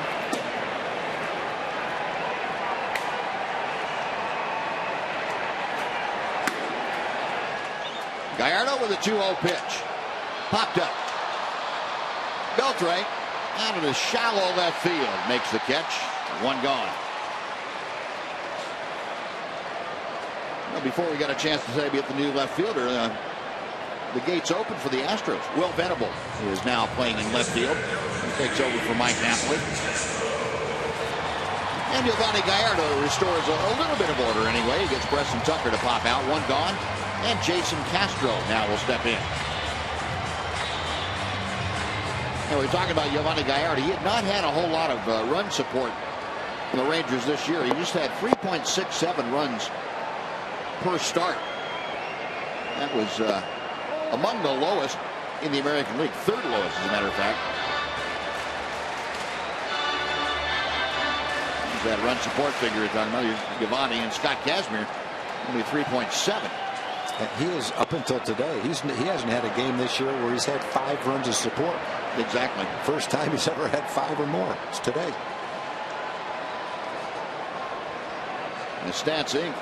ran that and said that no Ranger pitcher had ever made 30 or more starts without having at least one game of 6 or more runs. That ball's going to fall in the left. Castro, a little looping single in front of Venable.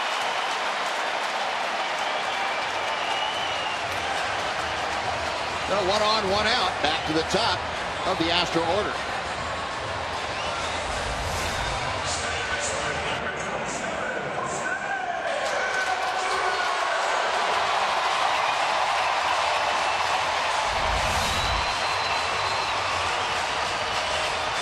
Jose Altuve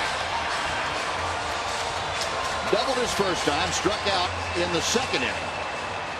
He struck out to end the second inning, and what was a critical punch out for Giovanni Gallardo. There were runners at first and second and 2 outs. And he got Altuve to end the inning.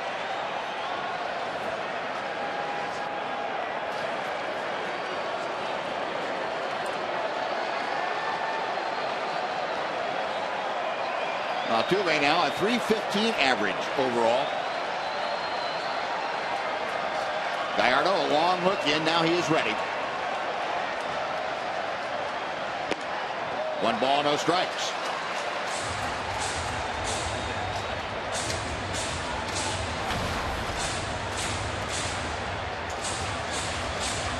Altuve with that first inning double extended his hitting streak to 4 straight games. Since the All-Star break, Altuve has been a .342 hitter. Line to center. The liner to Shields, though, has a bead drawn on it. That is out number 2. Back to first goes Castro. George Springer now will be next.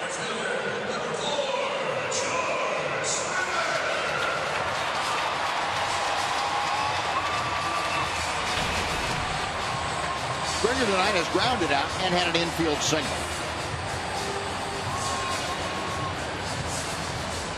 Season average at 264 for Springer.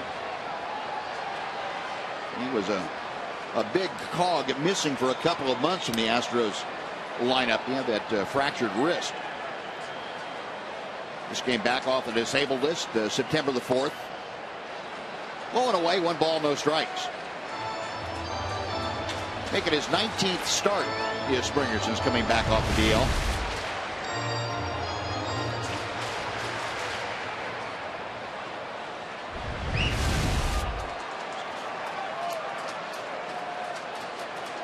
Galani okays the sign at check of first. 2 balls, no strikes.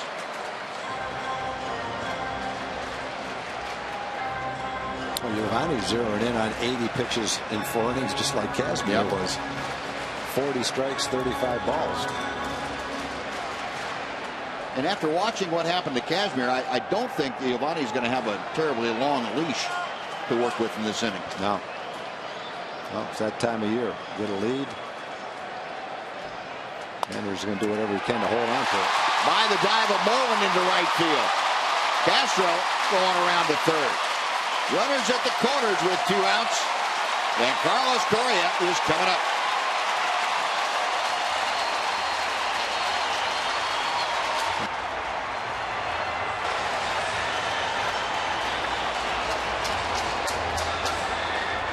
For the 4th straight inning, Giovanni will try to get that out. Last out of the inning with men in scoring position. Springer had the little dribbler to third base for an infield hit. Hits this slider right off the end of the bat, just past Mitch, who dove and couldn't quite come up with it.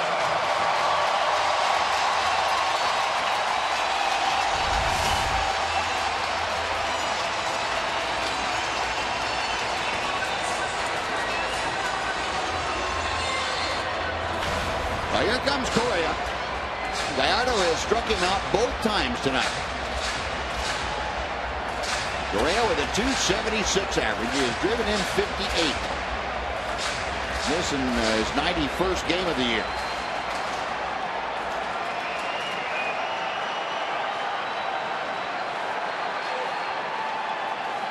First pitch from Gallardo.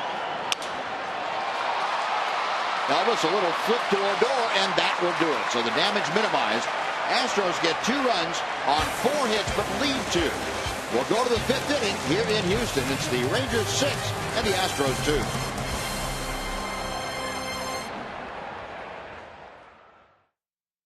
Toronto, with a win tonight, is reduced their magic number to 7.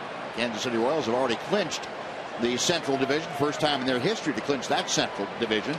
Rangers magic number at 7. Mets down to 3. St. Louis at 6. And the Dodgers at 3. And say the Yankees are losing to the White Sox. So it's a chance that Toronto's magic number could be reduced to 6 here shortly. Mitch Moreland starting things off for the Rangers here in the 5th inning. Rangers on top 6-2. Josh Fields misses outside. 2 balls and no strikes. Mitch a double and a ground out tonight. 1 out of 2, hitting at 286. And the other thing that could affect the Rangers is who finishes with the best record. Kansas City is losing. Toronto has already won. It's kind of a battle between those 2 teams. Mitch to left field. Tucker makes the grab. That is out number 1. I did forget to tell you about the Coors Light Cold Hard Fact. It's brought to you by Clean and Crisp Coors Light.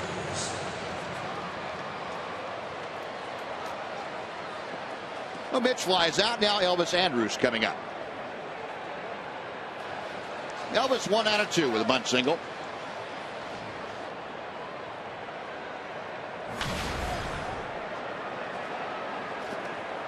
Tom was telling you about all the Rangers with 4 hit consecutive games and 5 hits, 5 games. Elvis starting a new streak. Took an 0 for yesterday.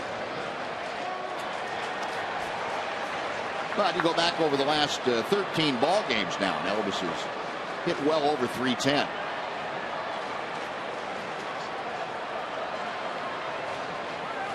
Fields with the 0-1 pitch.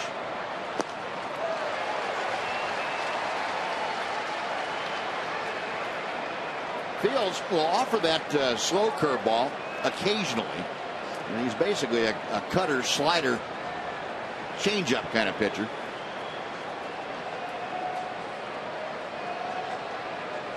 The 0-2 to Elvis. Now a ball and 2 strikes.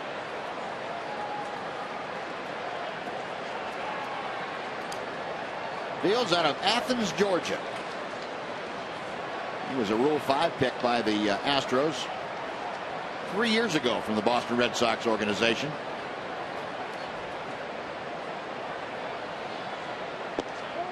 Call, strike 3. Elvis dropping his bat in disbelief, but he is gone on strikes. 2 gone. Yeah, be careful with that. You don't want to show the umpire up.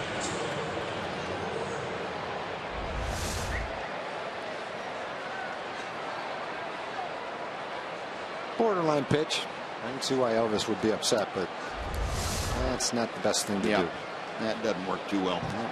Say something quick. Don't drop your bat. 2 away. Here's Odor. First pitch to him is high. Rubned twice tonight has grounded to first. 0 for 2. That batting average at an even 270. Rangers have not had a hit, an inning tonight without a base hit. Fields threatening to make it a 1-2-3 frame here in the 5th.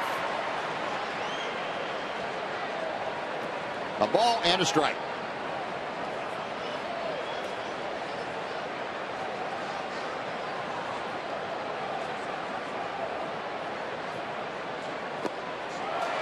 One and 2.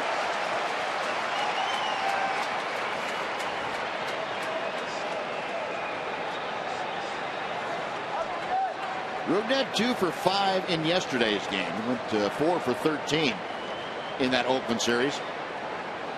Had that one monster home run back on Wednesday night.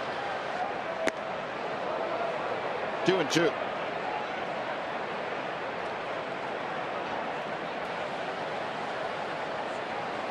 Odor now tied for 3rd among American League second basemen with those 15 home runs. There's a guy who missed 6 weeks of big league time. Still 2 balls, 2 strikes.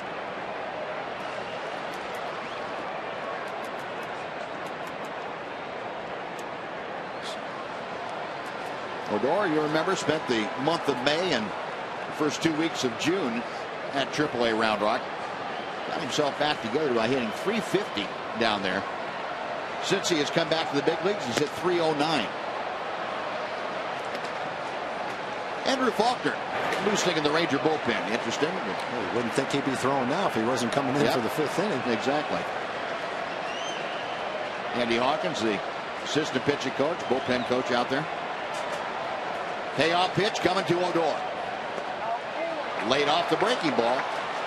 He appealed down to 3rd, and Ron Copeland said, nope, he did not go. So Odor reaches on the 2-out walk. A little bit impatient, swinging at the curveball before it, but after he did and after he saw it, he was able to lay off at that time. Folks, Southwest Airlines is celebrating the arrival of 8 new nonstop destinations out of Dallas Love Field. Go to southwest.com/RangersLove to enter to win round-trip tickets. Now 1 on 2 out. Chris Jimenez, 1 out of 2, steps in. Jimenez a triple and a run scored in the 2nd inning. Last time up, he shot one to the right side, but with nobody on base, Luis Valbuena, the first baseman, had a free run at it and made the play. Chris, a .277 average. Rangers, with Chris Jimenez behind the plate, have gone 22-4 in his 26 starts prior to tonight. You can call it mojo, you can call it blind luck, you can call it the Jimenez influence, whatever you want to call it. It's been working. Yeah, I think once you get to that many games, it's a little bit more than luck. Yeah. Got to have something to do with what Chris brings to the party.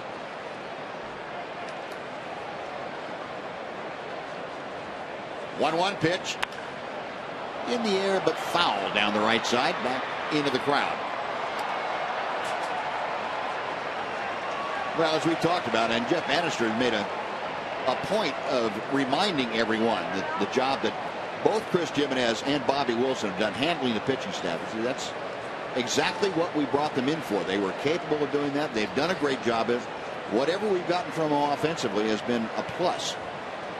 And they both contributed at times offensively. Next pitch is popped up. Way up there.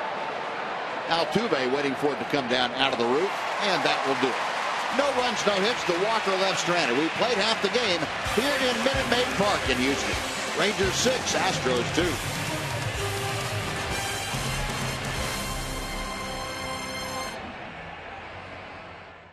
The Rangers played the final game of a 3-game set against the Detroit Tigers.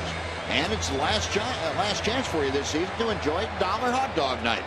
Get to TexasRangers.com to get your tickets for this important AL matchup and savor the last Dollar Hot Dog Night of the year. Giovanni Gallardo back out to the hill to start this 5th inning. Jed Lowry leading off as Gallardo misses high and away for ball 1. Lowry, Rasmus, and Gaddis, the first 3 Astros to come up here in the 5th. Lowry has walked and grounded out. Sorry, Tom. That's okay. After those 3, you've got Valbuena, Tucker, and Castro, 3 left-hand hitters, which maybe is why Andrew Faulkner's warming up out there, just in case Giovanni gets in trouble. Well, Lowry out of the fly ball to left. Colby Rasmus coming up before he steps in. Let's send it back to Dana Larson for a Mazda game break.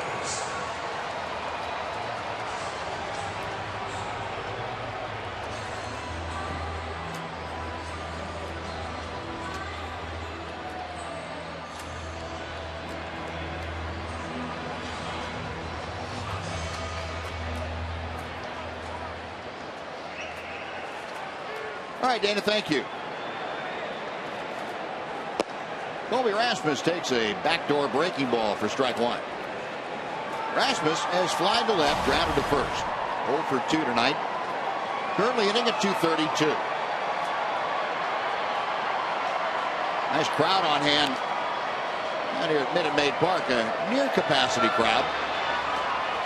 Good crowds expected this entire weekend. Of course, Astro fans and a lot of Ranger fans have made the trip down I-45. Check out the goings-on in this critical weekend. The last 2 weekends, or last 2 series, I should say, between these 2 teams, really setting the stage for the advancing rivalry of these 2. Of course, the Silver Boot's been in existence for about 11 years now, and there's the Ranger group down the left field line. But it took something like this where they get the 2 teams in the same division, and all of a sudden going for a division crown between the 2 of them. And this thing has taken off. 2-2 to Rasmus.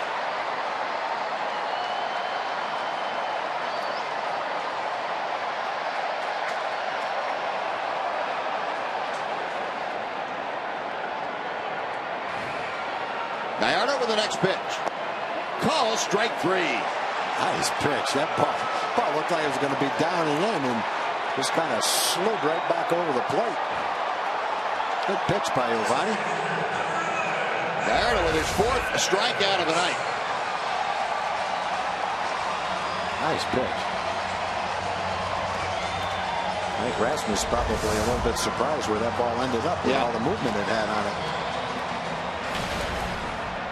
Well, here's Evan Gaddis, who popped his 10th triple of the year last time up. Came around to score the first Astro run. Good slider / cutter for strike 1.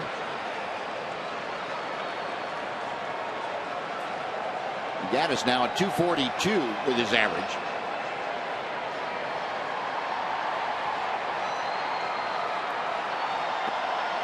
One ball, 1 strike.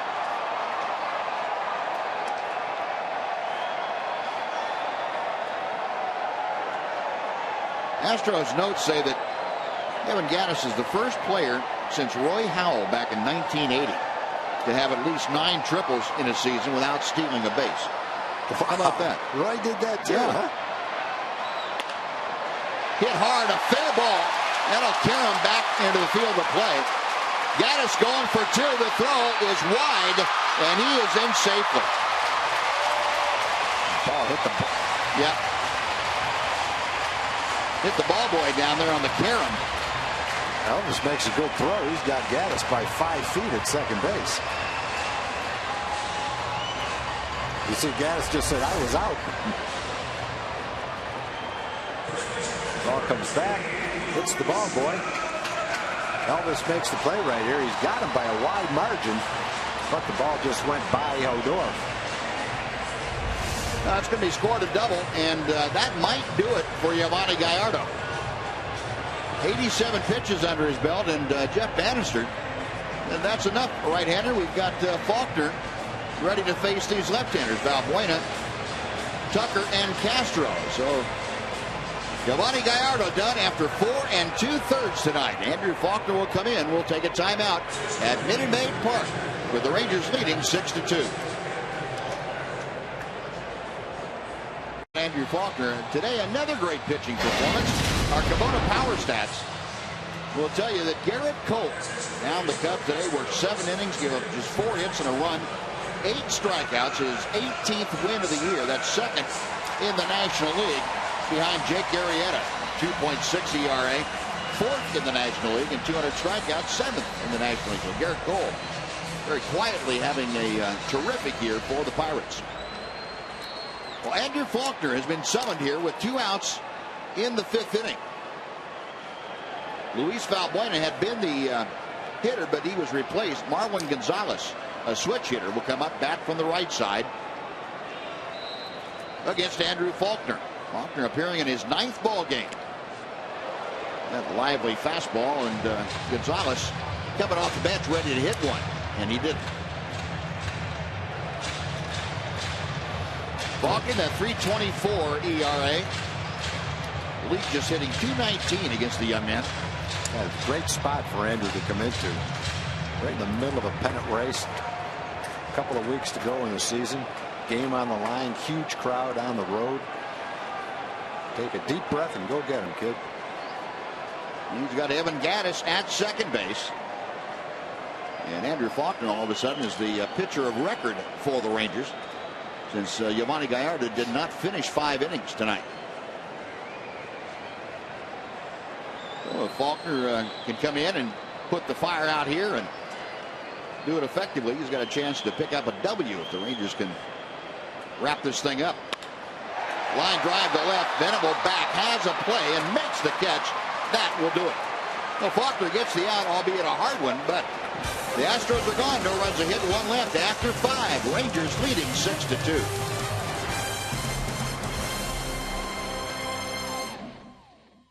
Brought to you by Sonic. Tonight's jackpot is worth $300 and dinner for 2 at Sonic Drive-In. If a Ranger hits a home run during this inning, Gene Speakerman from San Antonio will win $300. And if a Ranger hits a grand slam this inning, Gene is going to pocket $25,000. You can register at any participating Sonic restaurant. At the top of the Ranger order, Delino Shields, Shin-Soo Choo, and Adrian Beltre to face the new hurler. That's Vince Velasquez. Velasquez, a 23-year-old Southern Californian. He's from Pomona, down in the Los Angeles area. 18th appearance of the year for the Astros, 4.47 ERA. The league hitting just .235 against him. Check swing, a foul off to the right, 0-1. Delino, 1 out of 2. Hit a double, a soft liner to left center field last time up, and hustled his way into second base.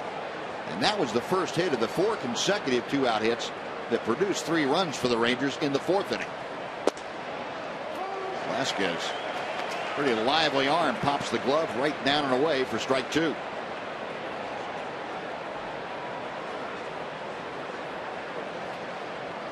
Velasquez, prior to this year, primarily a starter. worked his way up the Astros chain. Altuve throws out to Shields, one gone. Well, Delino, a U-turn at first, heads back to the Ranger dugout. Now Shin-Soo Choo will step in. Choo 2 for 3 tonight. He has driven in 3. He's had a run-scoring single and a 2-run bomb. So Choo now 19 home runs, 75 RBI. And not to belabor the point, Tom, but you and I have talked about it before. This is a guy that the Rangers thought they were getting last year, the kind of player and the kind of numbers he could put up. And it's just now been the second half of his second year with the Rangers they finally realized that. And how about our AT&T Uverse rewind? We'll take you back to the fourth inning. Kazmir, kind of a little slider that all it did was spin and scream "hit me," and Choo obliged. And Choo bangs one right back up the middle. A 3-hit game for Choo. You might as well put that on your memory, because it's going to play over and over and over. Well, you know, when you look at Choo, I'm so happy for him, because the weight of his contract weighed on him. He wanted to earn his contract. That was important to him. And he finally relaxed, and for the kind of production that he's giving right now, he is earning that contract. And from the Rangers standpoint, when you commit those kind of dollars, you want your player to come through. From the fans' standpoint, you want all your players to come through. So Choo's answering on all levels now. Most importantly to himself, though. He's the one feeling good, and he's the one that worked his way back from the slump, and he's the one that should reap the reward and the benefit and the good feelings. He's earned it. Adrian Beltre sharing a moment with Larry Vanover, a smile on his face as always. 0-1 the count. Velasquez, pretty quick feet. Take a look at our Ford leaderboard tonight, talking about home runs all time, and Adrian Beltre ensconced in the 51st place all time, just one behind Alfonso Soriano, 3 behind Darrell Evans. And Billy Williams and Mike Piazza, and all of a sudden you're getting up into some names that, well, are in Cooperstown along with other places. They have streets named after them and schools and all that good stuff. Well, the Rangers are going to have some candidates for Player of the Month in September.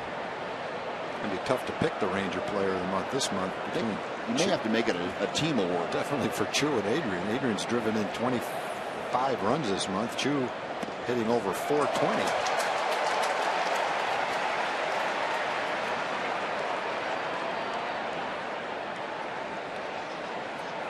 0-2 to Beltre. Adrian, a double and a walk. He has scored twice tonight. The other time, he skied out to deep right field.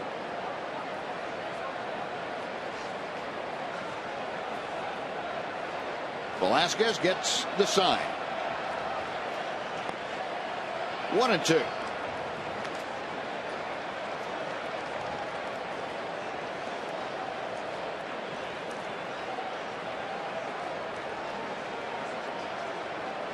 Adrian's average now as high as it has been, or higher than it's been the entire year, 281.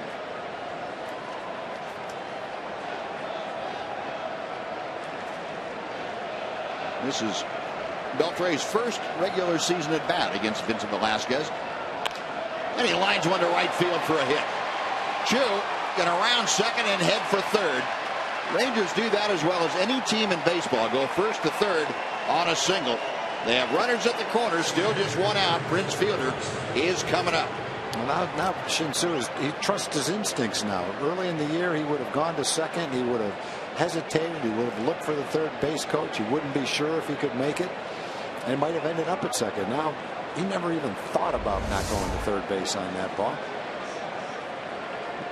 He gets a high slider, it looked like, maybe a cut fastball. Hits it into right field. Well, that is going to do it for Vincent Velasquez. A.J. Hinch has gone out to the mound, and he wants the left-hander, Joe Thacker, to come in. So another pitching change underway here at Minute Maid Park in Houston. Rangers on top 6-2. We're back right after this. Thatcher on now to take over. He inherits runners at the corners and one out here in the 6th inning. Rangers looking to add more to their lead. Thatcher appearing in his 41st ball game of the year. 3.60 ERA, 2.89 league average against. Thatcher has gone through just about everything you possibly can with one organization. He's been designated for assignment, released and re-signed by the Astros. He was called back up for the 3rd time this year on the 1st of September when the rosters expanded. And on in a pretty ticklish spot here. Prince Fielder, who against Thatcher is 0 for 3 in his career. Got Chu at 3rd, Beltre at 1st. Fielder takes that big sweeping breaking ball through the front door for strike 1. Fielder a couple of hits tonight. Good to see Prince back in that multi-hit game category. Fielder's 54th such game this year. Came in tied for 5th in the American League. 0-1 as Thatcher sets. 1 ball and 1 strike. Prince has walked in a couple of previous at-bats against Thatcher. Better than the league average for Fielder, getting that runner home from 3rd with less than 2 outs. He is a run producer, and he prides himself on being able to do that. He has 2 driven in tonight. 88 for the year.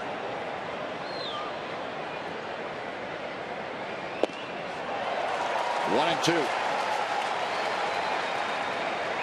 To a left-handed hitter, it has to look like Thatcher's throwing from the ground up. Sure does. You got to really keep your right shoulder in there and wait on him.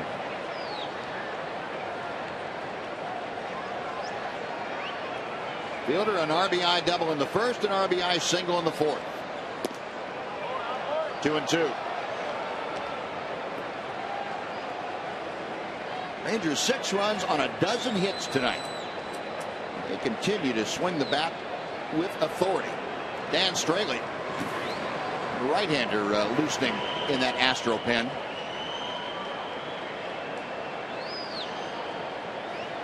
Thatcher with a 2-2 pitch. 3 and 2. Now Fielder hitting 4th. No longer is he backed up by Mike Napoli. It's Will Venable in the on-deck circle, who took over for Napoli in the 4th inning.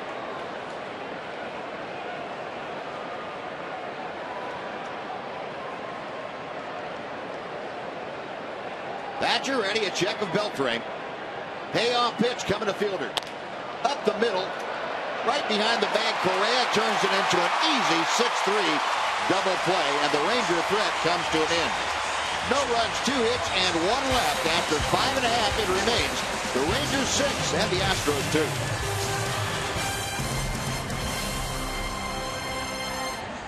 TV Premium. Watch every out-of-market game live on more than 400 supported devices. You get real-time highlights, live look-ins, pitch tracking widget, and a whole lot more. Visit MLB.tv today.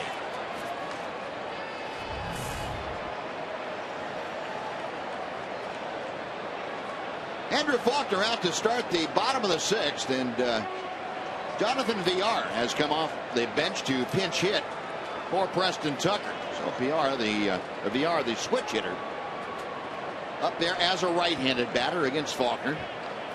Andrew faced Marwin Gonzalez last inning, the first hitter he came on to face, also a switch hitter. And he has gotten a 1-ball, 1-strike count to Villar. 264 average, 2 home runs, 9 driven in. Villar an infielder by trade, and he takes high and away.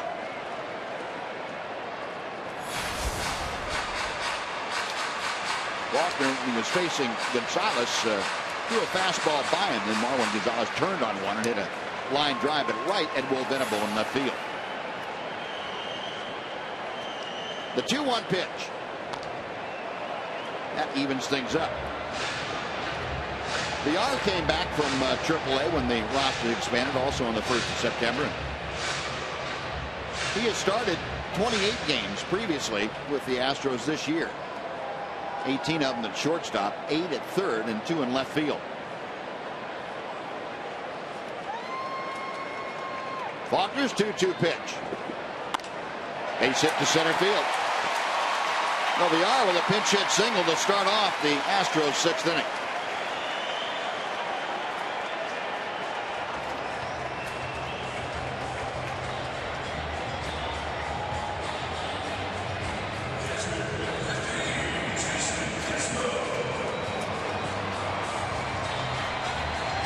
Ross Ollendorf, veteran right-hander, loosening in that Ranger bullpen.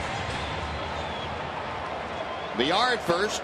Jason Castro, who has walked and singled, steps to the plate. Castro a .216 average. He fouls off that first pitch.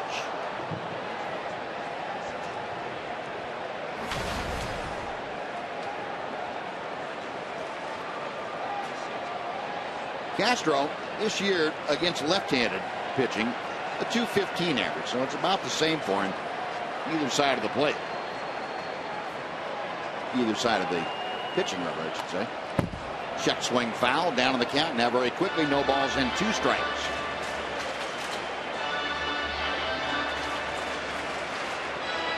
Andrew Faulkner in his 9th appearance with the Rangers. He joined the club just before the cutoff date for postseason eligibility. He joined the club on the 30th, I should say, of August.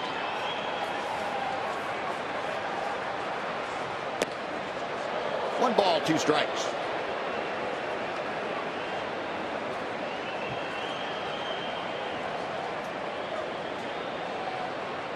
Andrew worked in one of the games in Oakland. It was yesterday. Worked an inning, had a couple of strikeouts, gave up just 1 hit.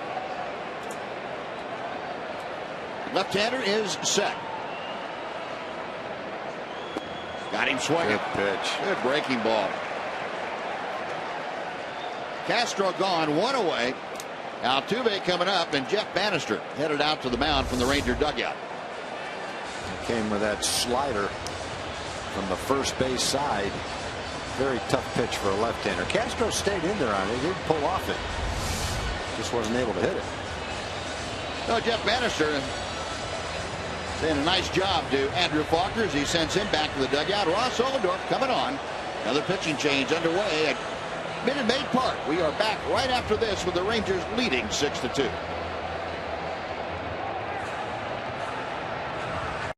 Game 1 of a 3-game series between these two teams. A lot of members of the front office in attendance on this trip. Among them, John Daniels. Had a chance to catch up with him in Oakland to ask him about the decisions that are being made this time of year. A lot of it comes down to health, really. I mean, just kind of day by day with Josh and Leonis and the catchers and seeing who's going to make those steps. And then there's just not a lot of calendar left once they are healthy to really get reps in and get ready to go. We're not getting ahead of ourselves. We're not putting the cart before the horse. But hopefully here in the next week or so, we're going to be in a position to think about what the roster could look like. And I'm even hesitant to say that. But that's the reality. And so I think there's a lot of evaluation going on right now from a health standpoint, and then how game ready can we get some of these guys and where do they factor in. And good news on that Josh Hamilton front. He appears to be getting ever closer to getting back out in the outfield. In talking to JD and those guys, and the trainers as well, they say he's working hard to get back out in the outfield. His legs aren't under him, obviously, after having a procedure done, but they feel confident that he'll be ready to go. Maybe not to play an entire game, before the end of the regular season, but definitely can put some time in the outfield. Perhaps a Napoli-Hamilton platoon situation out there on left, guys. All right, Emily, thank you. Jonathan Villar at first base, and Jose Altuve up there facing Ross Ollendorf. Ollendorf on for his 17th appearance of the year. 2-0 with an ERA at 2.45, 2.22 opponent's average against the 33-year-old right-hander. Runner on the move, the swing and a miss, the throw to second, and Odor couldn't hang on to the ball. So Villar with a stolen base.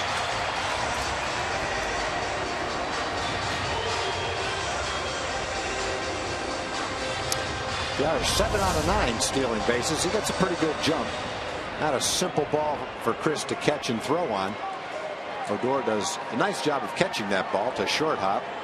He's just trying to keep that ball from going into center field. My apologies, Ruben. I thought the ball got away from him. It did not.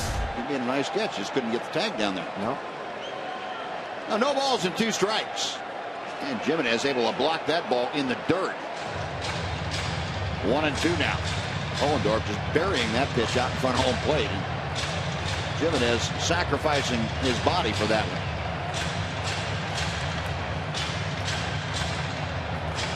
Altuve tonight is 1 for 3 at a first inning double. Other than that, has struck out and lined to center.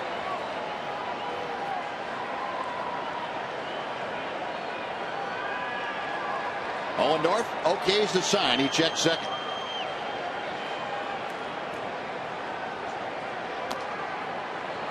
Still 1 ball, 2 strikes. Ohlendorf, very interesting types of pitches that he will throw right-handers. The hesitation that you just saw, that has to mess up the hitter's timing. And of course, when he goes from the windup, he has that big exaggerated over-the-top windup that hitters can get mesmerized by that, I would think. And a little slide step. He's got something new for a hitter. Altuve is in one of those modes right now. If it's close, he's swinging. Pitch is 6 inches outside, 6 inches low. Still manages to get the bat on it. Yeah. Problem is, if he puts it in play, there's nothing he can do with it except hit a little dribbler. Ohlendorf again ready.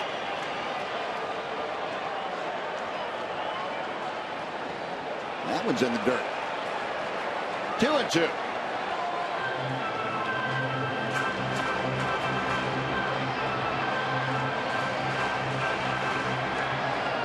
Ohlendorf from Austin, Texas.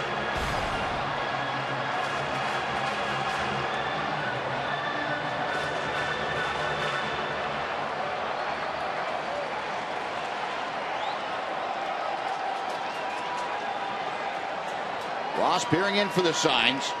Altuve waiting.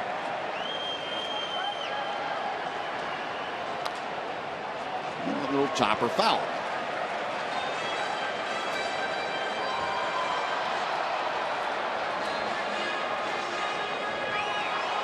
Ohlendorf up and down this year with the Rangers, and he had basically been out of the big leagues for 2 years. Had some back problems. Last pitch before this year with the Nationals back in 2013.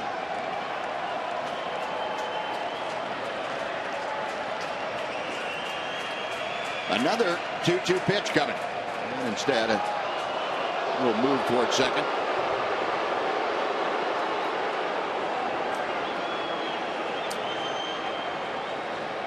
Jonathan Villar came on as a pinch hitter. He led the inning off with a single. Stole second. He is there with 1 out for Jose Altuve.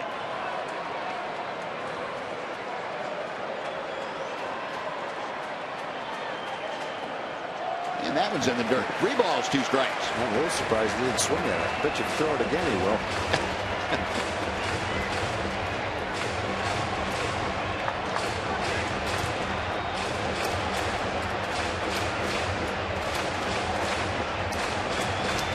Ohlendorf last worked on Tuesday. Or make that Wednesday in Oakland. Worked an inning. A clean inning of baseball. Getting ready to unload his 9th pitch of the at-bat to Jose Altuve.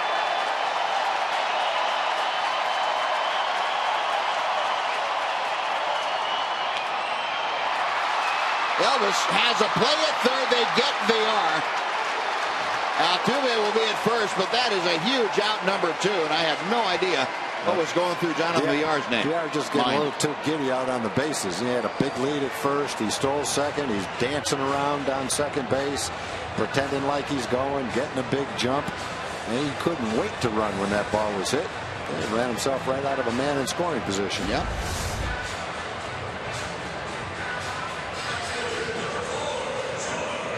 Thank you very much. It's not like you don't practice that every day that you take batting practice. standing out there at second, practicing going back to the bag when a ball's hit in front of you. Yeah.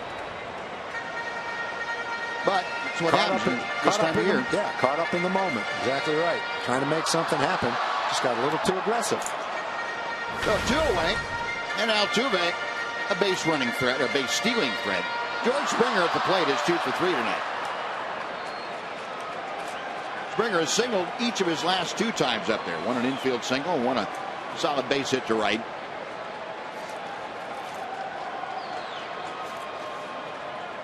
Ohlendorf will go to work on Altuve at first. Altuve, the league's leading base thief.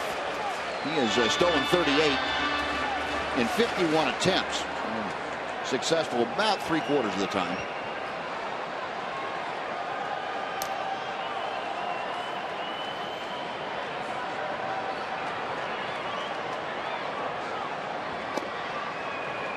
Ohlendorf able to drop that breaking ball in for strike 1.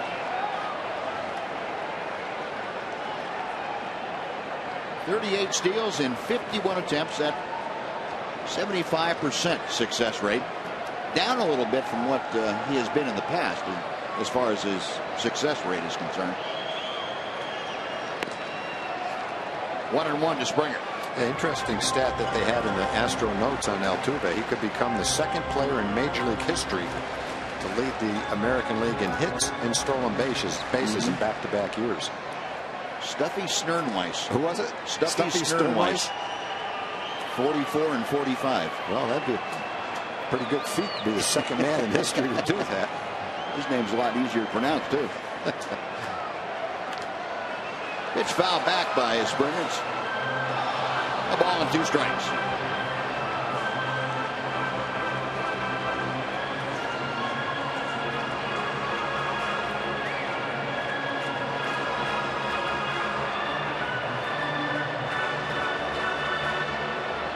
Ohlendorf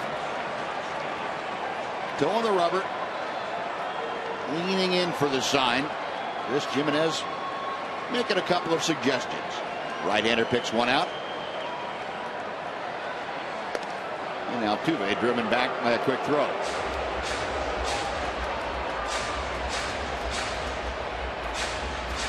Springer with the 2 base hits. Now he has his average up to 266.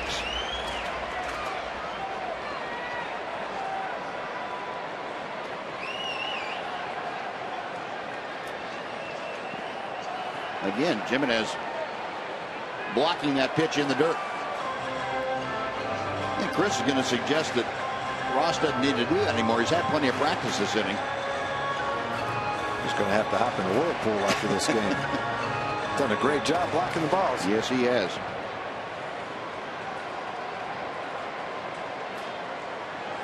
Two and two, and he's coming up with a plan here.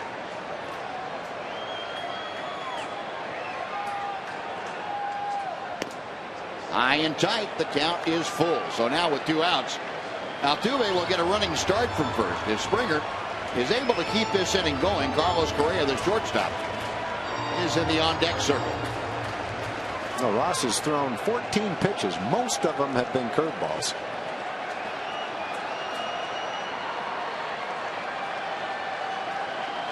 Altuve walking off the bag.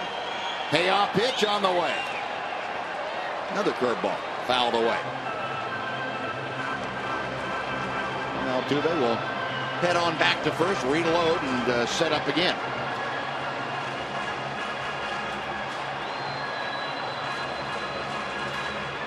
Ohlendorf this year struck out 15 in 14 and 2/3 innings coming in.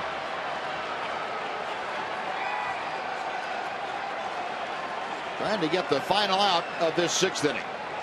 Another 3-2 and a foul ball. And that's pretty decent foul ball by Springer. We've seen basically all curveballs and then a 95-mile-an-hour fastball, and was still able to foul it off. That's pretty good.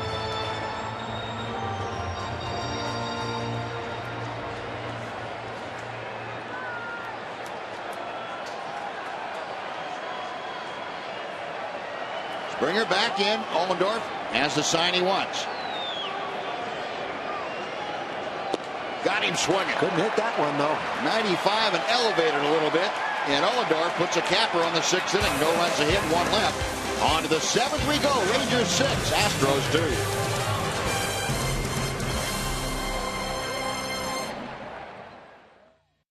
2. Tonight it started in the first. Prince Fielder, an opposite field gapper. A 1-run double gets the Rangers on the board as Beltre scores. Then Shin-Soo Choo in the 4th inning. His 19th home run of the year, a 2-run blast. Rangers on top, and Prince adds another. Dumps a single into center field. Beltre scores again, and the Rangers out to a 6-2 lead that they enjoy as they come to bat here in the top of the 7th inning. Joe Thatcher, the left-hander, stays in the ball game to face Venable and Moreland, I would imagine. The first 2 Rangers in this 7th inning, both hitting from the left side. Will Venable kind of shaking his head after swinging through that slow breaking ball from Thatcher. Venable in 30 games with the Rangers this year, hitting 190. 3 RBI, still looking for his first home run. 1 ball and 1 strike. This for Venable, his first at bat of the night. Came on for Mike Napoli.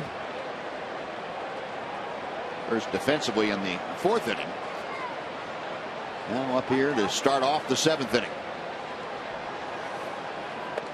High and tight, 2-1, or 1-2, 2-2. One of those twos. Something to.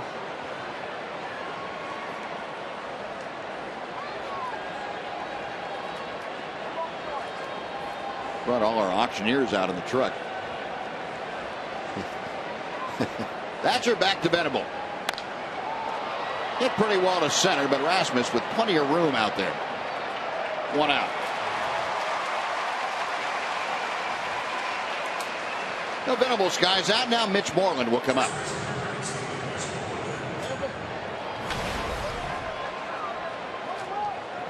Told you about Mitch and his liking this year of left-handers, going deep with them. 5 home runs off left-handers for Moreland. Mitch is 0 for 2 in previous matchups against Joe Thatcher.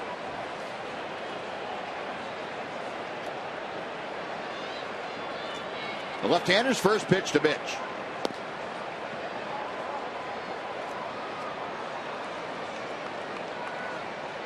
Moreland, a 2nd inning double. 1 for 3 tonight. Scored a run in that 2nd frame. That average at 285. Ooh, we had something there to work with. He wasn't trying to ground that one up the middle. He was going for the scoreboard atop the right field stands.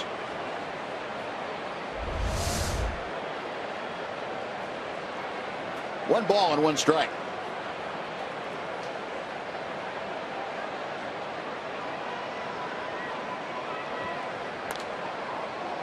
Waited on that breaking ball nicely. He fouled it off. And it's a ball and 2 strikes. Astros behind Thatcher in that overshift on the infield. As the count gets to 2 strikes now, the third baseman Lowry moving back more toward the edge of the outfield grass at the shortstop spot. Outfield, as you can see, played it the other way. And Mitch takes call, strike 3. He got crossed up. Thatcher, a lot of slow stuff, and snuck a fastball by him. 2 gone. And A.J. Hinch quickly out of the dugout. He is going to go to the right-hander with Elvis Andrus coming up. So it'll be Dan Straley coming in out of the Astros bullpen. He will take over on the hill. We'll take a timeout at Minute Maid Park with the Rangers leading 6-2. We are back right after this. The superheroes are here. Nice to see the young Superman out on a Friday night. This is a big series, bringing out all the artillery. Dan Straley has entered the ball game for the Astros. 26-year-old out of Springfield, Oregon. Went to Western Oregon University and played his last couple of years at Marshall University. Originally with the Oakland A's, traded over to the Cubs by the A's last year, and then acquired this past offseason by the Astros, a deal that sent Dexter Fowler to the Cubs. Luis Valbuena and Straley coming over in that deal. And Dan Straley goes to work with Elvis Andrus up there and throws strike one. Elvis 1 for 3 tonight. A bunt single back in the second inning. Another breaking ball that catches the outside corner. Other than the bunt base hit, Elvis has popped out and struck out.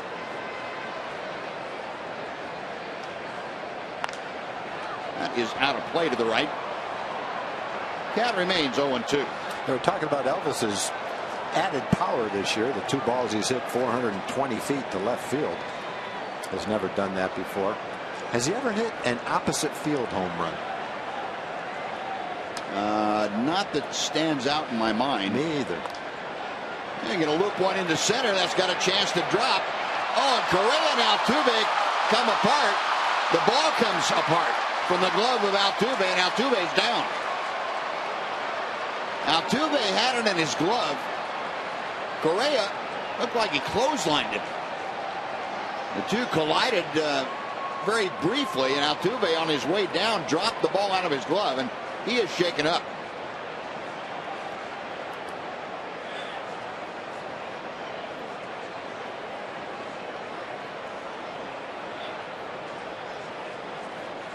A.J. Hinch and training staff out there taking a look at Jose Altuve.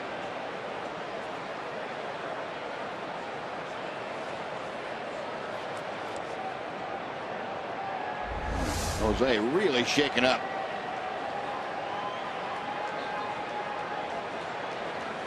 Yeah, it looked like Correa reaching around, got the glove wrapped around under Altuve's arm and slapped him in the face.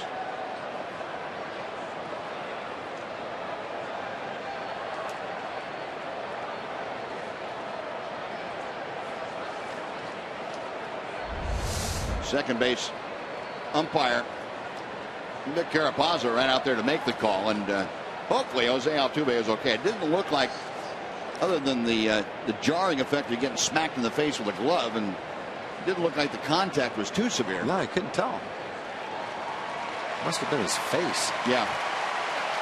Yeah, it looked like Correa's glove came around him and smacked him upside the head. Yeah. Kind of thing, if you've ever been hit in the nose doing anything, you know your eyes immediately cloud up, tear up. And it's somebody can just flick you on the end of the nose and that'll happen. Well, Altuve being helped at least back to the infield. We'll see if he's able to stay in the ballgame. Looks like he's saying, yeah, I'm okay. We'll see if he continues walking off the field. That's going to be the key. Yeah, he's a little bit woozy, it looks like. So I would guess just the preliminary examination, they'd probably think that you have to go through the concussion protocol with Altuve.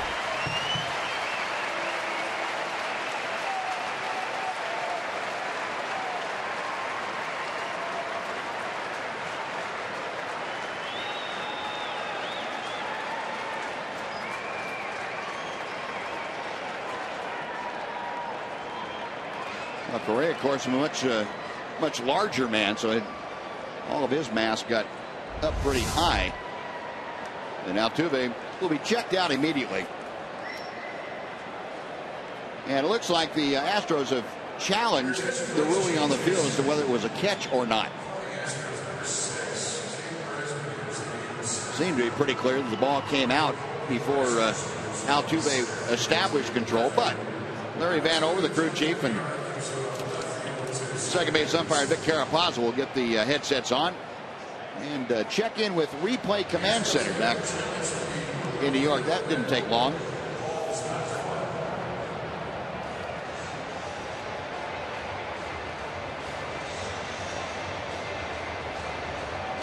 Larry Vanover explaining things, and the call's safe. So all they had to do is get the headsets on and say, what's the deal? And the folks in New York said, that's the fastest one of the year. That's like saying, why in the world did you try to challenge that one?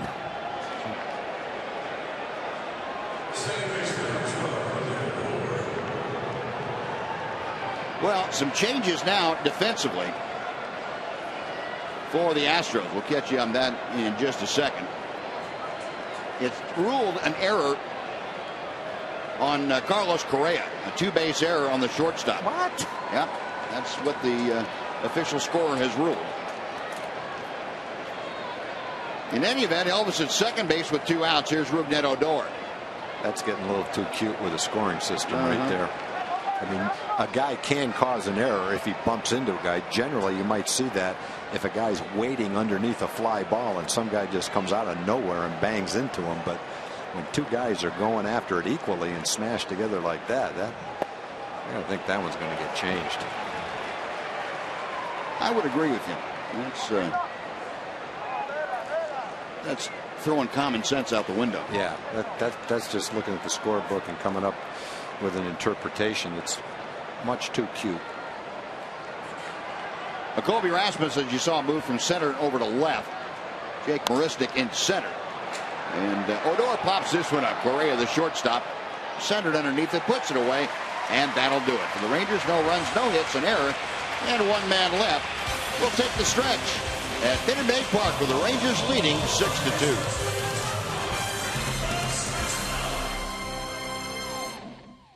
Post-game fireworks show. Fans attending the game with the division rival Los Angeles Angels will be treated to a post-game fireworks show themed to your favorite spooky music to help the countdown to Halloween get started. Discounted tickets are available at TexasRangers.com when you use the online coupon code fireworks. Ross Ollendorf back to the hill, starting the bottom of the 7th inning. Carlos Correa starting things off. Jed Lowry, Colby Rasmus to follow, and Jake Diekman, the Ranger left-hander, is loosening in the bullpen. Big breaking ball that settles in. It is 0-2. Correa tonight 0 for 3. Reached on a fielder's choice. Struck out twice. Batting at .276 now.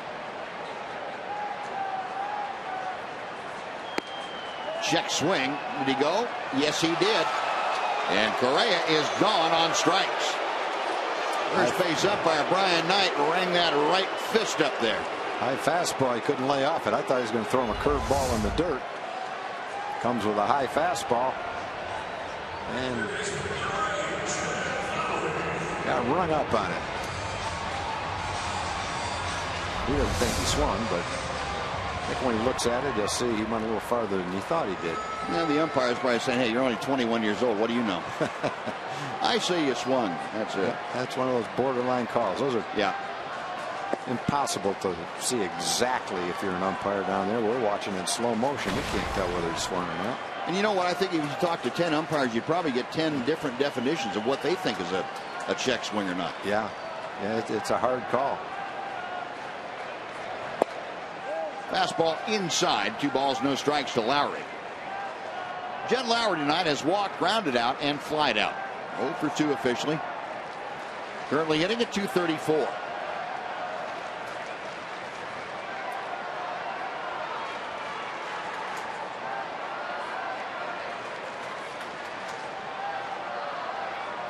Chris Jimenez flashing the signs out.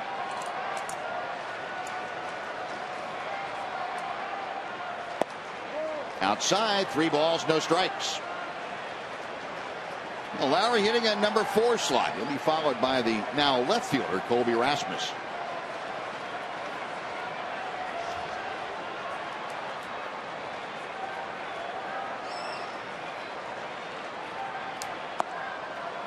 In at the knees, 3-1. The Rangers 6 runs on a dozen hits tonight. Astros 2 runs on 9 hits. And at least for the time being, they've committed 3 errors. 1 by the Rangers. Up the middle, but right there is Elvis. Knocks it down and picks it up in time to throw out Jed Lowry. That is out number 2. Colby Rasmus coming up. Before we tell you about him, let's send it back to Dana Larson for a Mazda game break.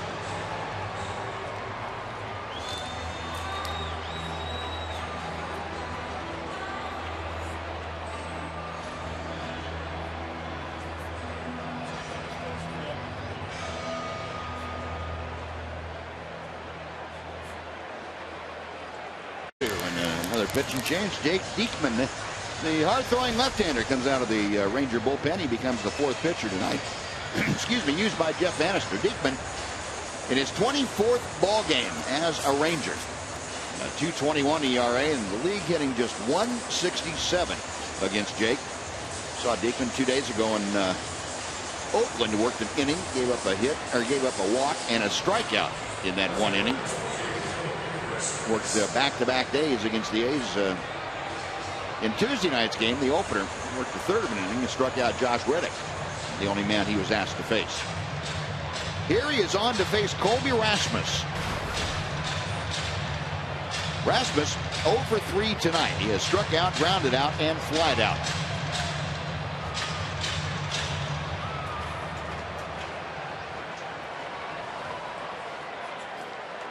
Rasmus steps in, hitting at .231 for the year. He does have 21 home runs. And he has been pretty hot in this month of September. Diekman hits the outside corner with strike 1.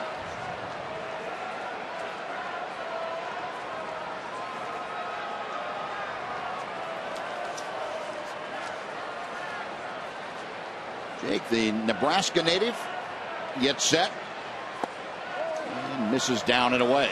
99 miles an hour. He brought his high octane with him tonight.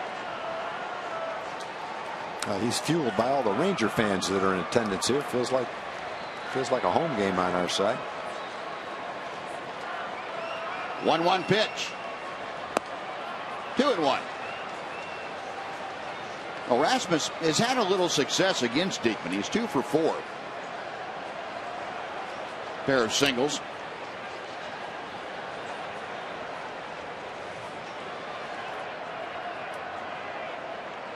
Jake ready at the 2-1 pitch. That will even the count.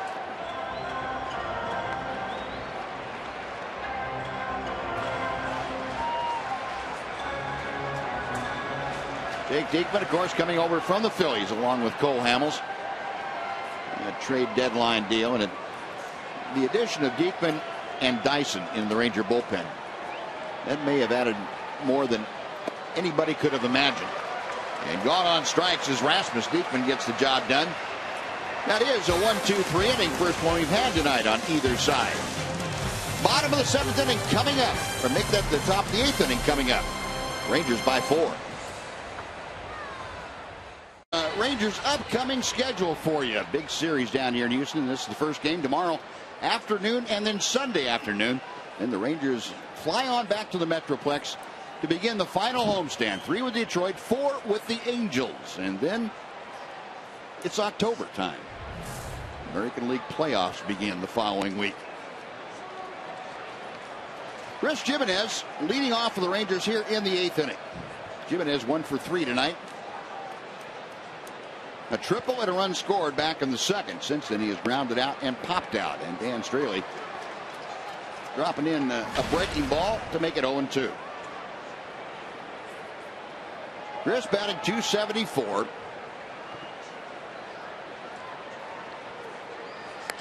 Hits this one well to left field. Rasmus is back right in front of the out-of-town scoreboard to make the catch. It just missed barreling that ball up by a little bit. Still hit it pretty well, but not where it would have gone if he really hit it on a good part of the bat. Like he did that triple that he hit in the 2nd inning. He smoked that. That had some exit speed on it. This one must have hit a little bit off the end of the bat, a little off the handle. Couldn't tell, but strong as Chris is, would have gone farther than that if he hit it well. Well, 1 long out. Here's Delino to Shields. 0-1. Delino a double in 3 official trips. Also been hit by a pitch.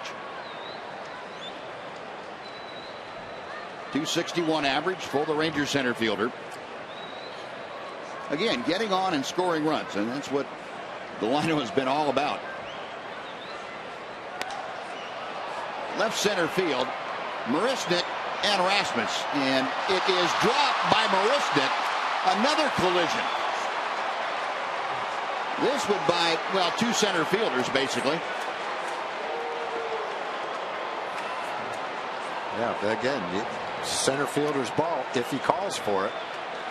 They're both very good outfielders. Either one of them could have caught it. It looked like Marisnik was yelling for it, but can't be sure. Yeah, there he is. He's yelling, "I've got it." Rasmus got to get out of the way. Yep. You see some of the throws that Rasmus makes when he has no chance to throw somebody out. Maybe he just didn't hear him on that play. I don't know. They scored that a base hit. The official scorer is having all kinds of problems. If Elvis's ball doesn't get changed, that's one of the worst calls of the year. Few grounds out to Marwin Gonzalez at first. Down to second goes Delino.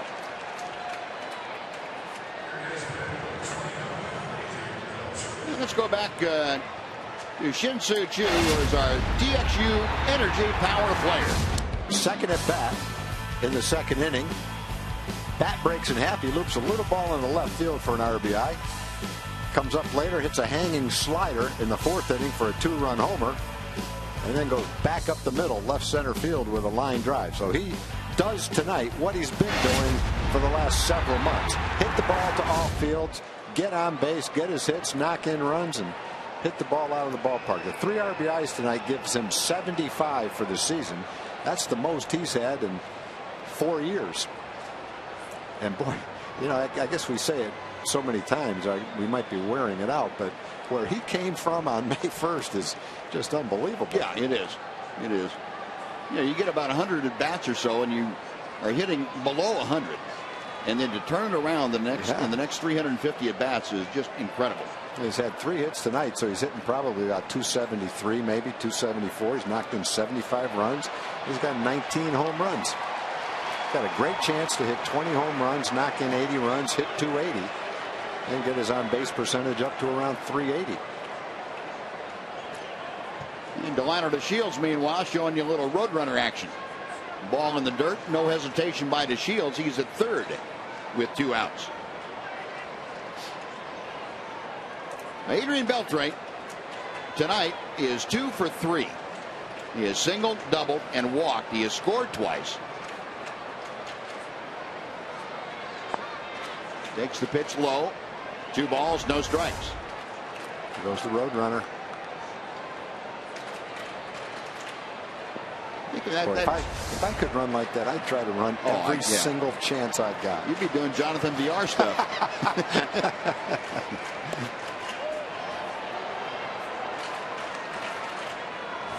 Wonder what that feels like to be able to run that fast. Well, you know, we would know if we could do it for a while because we could feel it. I heard Delino talking. He said, you know, it doesn't really feel to me like I'm running that fast. Yeah, because that's the way you've always run it. Just feels normal to you.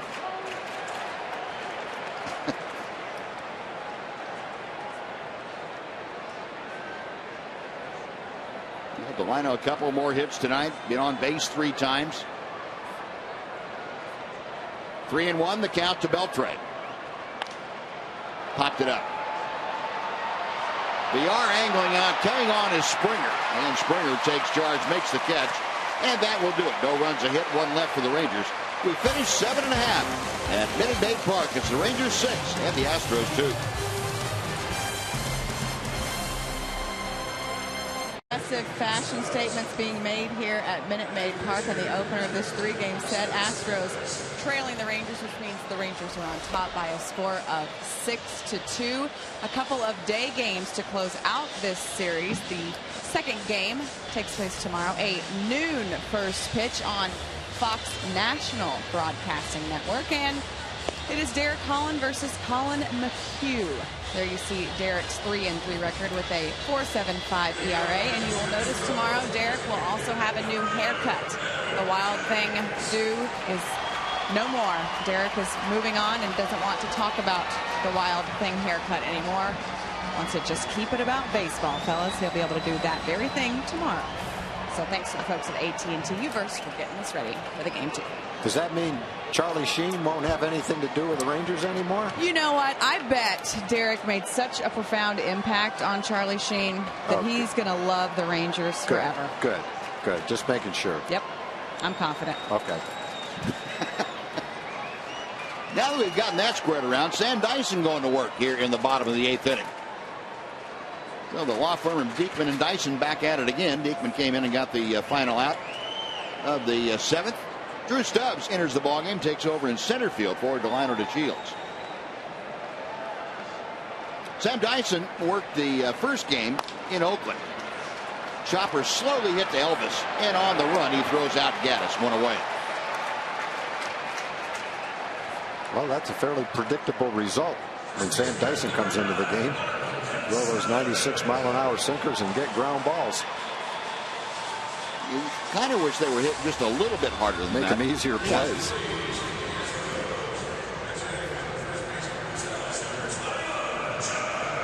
Now we're going to have another pinch hitter, John Singleton, the young power-hitting first baseman for the Astros. He's going to pinch hit for Marwin Gonzalez.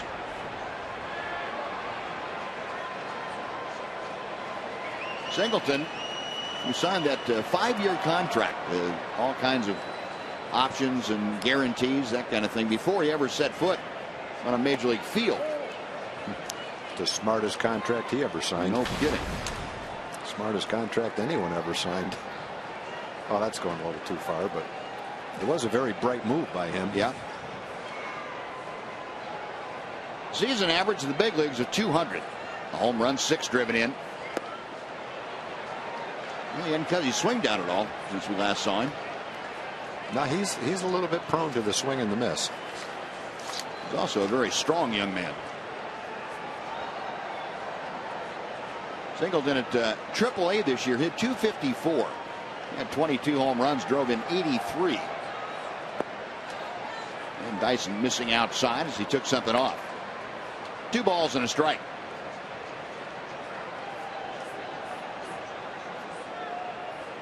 Singleton also at the big league level for most of the month of July this year. Dyson ready. And the right-hander deals. Shallow left field. Beltre and Andrews angling out. Elvis Andrews making the call and the catch for out number 2.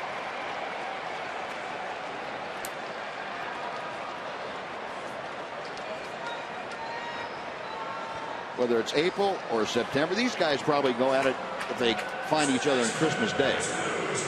Doesn't matter.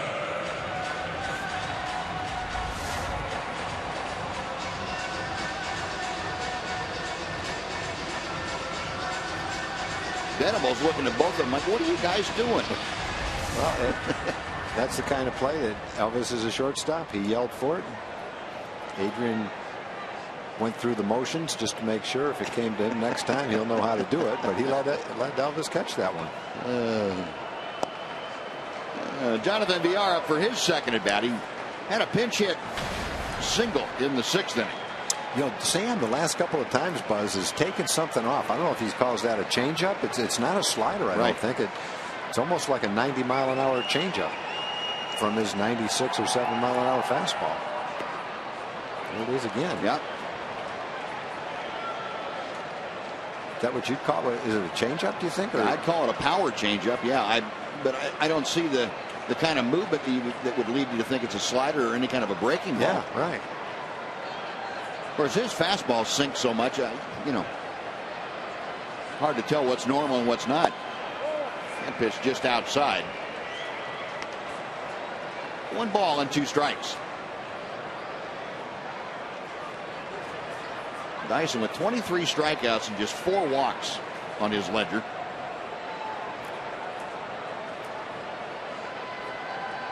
Set for the 1-2 pitch.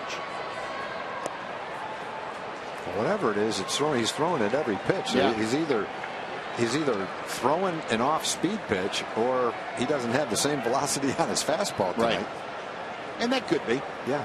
Could be. He may just not be pushing it and trying to rely on the movement to get guys out. He's getting plenty of movement.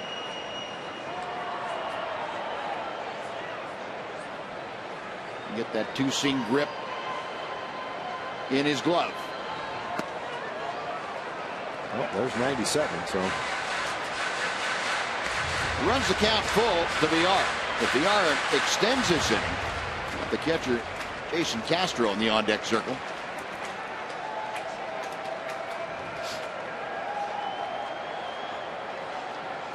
Dyson set. Payoff pitch is on the way. Charging Andrews, quick throw, and it's wide. Goes into the dugout and comes back out. And Larry Vanover, the home plate umpire, said, yeah, that went into the dugout. So it's going to be an extra base for VR. Boy, Elvis had made something like one error in 40 games. He's going to get an error on that play, and he's trying to make a great play. And almost did. Just the throw was a little bit wide. Another ball beaten into the ground. He knows he's got to play it quickly. Just pulls the ball a little bit the wrong way. That's going to be a base hit and an error to allow VR to move into second base. Second Ranger error of the night. And Jason Castro now will step up. VR with his second straight base hit, by the way. Castro has singled, walked, and struck out tonight. 1 out of 2.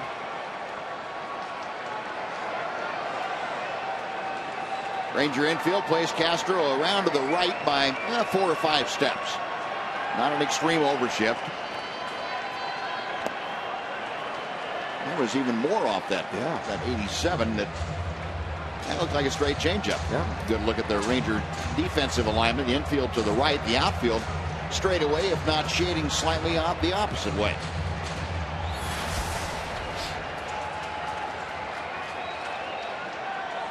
Castro, a .215 hitter. Saw the Astros numbers with runners in scoring position, .243 this year.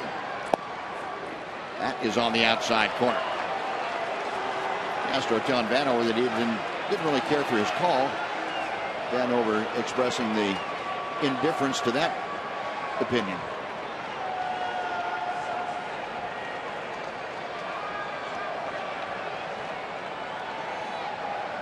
Nothing and 2.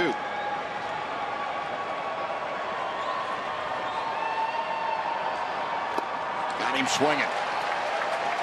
Now Dyson, a strikeout after the infield single. 1 man left. We're going to the 9th inning in Houston. Rangers 6, Astros 2.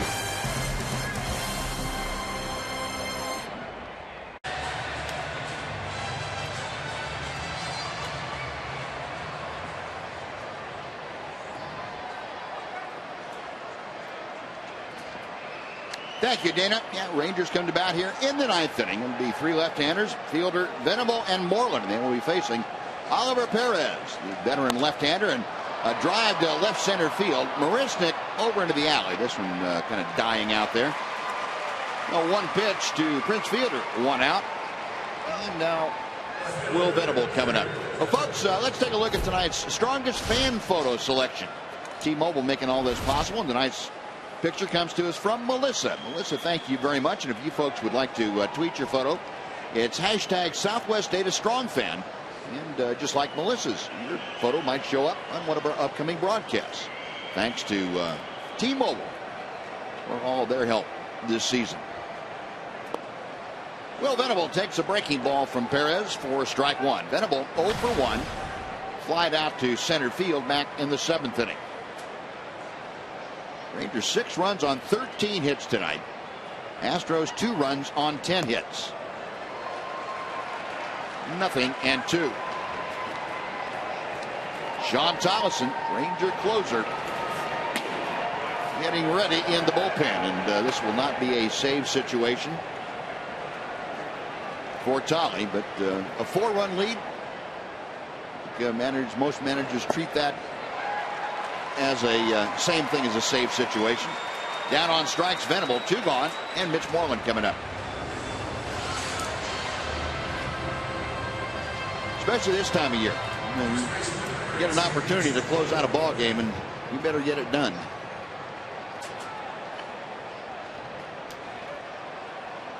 Moreland 1 for 4 tonight with a double and a run scored.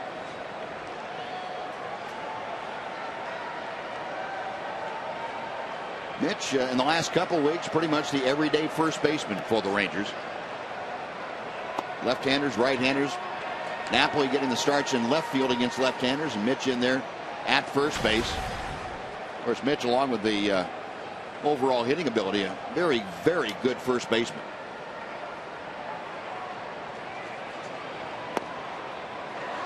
0-2. Normally, say a guy that has a lot of motion in his windup see a lot of elbows and kneecaps. With Perez, you see the entire body. He swivels around. You see everything. He'll turn the back to you. I would swear he does a complete 360. Remember Gene Garber used to pitch like that. He turned his back. Louis Tiant occasionally would give it the back turn.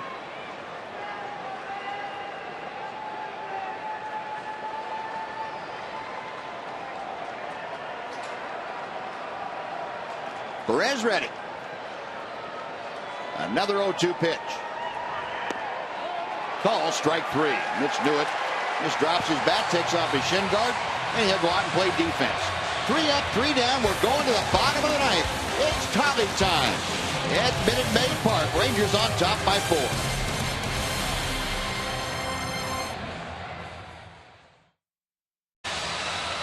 A lot of Ranger fans down here at Minute Maid Park. A lot of folks came down I-45 all the way down to Houston and cheering on their hometown Rangers. And they are cheering on the Ranger closer, Sean Tollison, with a 4-run lead. Trying to close things out in this first game of a 3-game weekend series. Tollison appearing in his 68th ball game of the year. 33 saves and 35 opportunities. This not a save opportunity for him. The league hitting just .228 against Tolly and a .281 earned run average. He will face the top of the order, but it is a little bit different than the normal top of the order for the Astros since Jose Altuve has gone out of the ballgame. Jake Maristic will lead things off. George Springer, Carlos Correa to follow. So 3 right-handers at the top of the order to face Sean Tollison. This will be Maristic's first at-bat of the night. He came into the ballgame when Altuve and Correa collided, and Altuve got smacked upside the head by, it looked like Correa's glove. We have not had any word from the Astros clubhouse. And Tollison's first pitch to Maristic is low and outside for ball 1. Sean, last work in the first game of the Oakland series, gave up a run on 2 hits in an inning of work. Got his 33rd save in that outing, and he misses high to make it 2 balls and no strikes.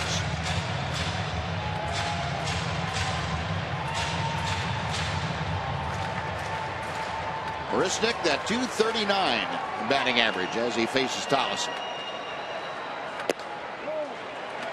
3 balls, no strikes. Well, the idea of giving the Astros an opening here in the 9th inning is not really appealing. That's exactly why Tollison's out there. Jeff Anderson doesn't want to let up off the gas. 3-1.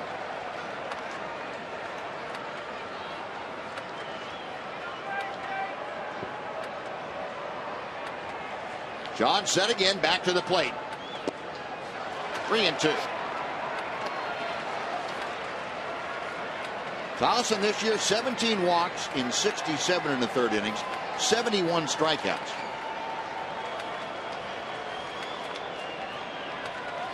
Payoff pitch. We'll try it again.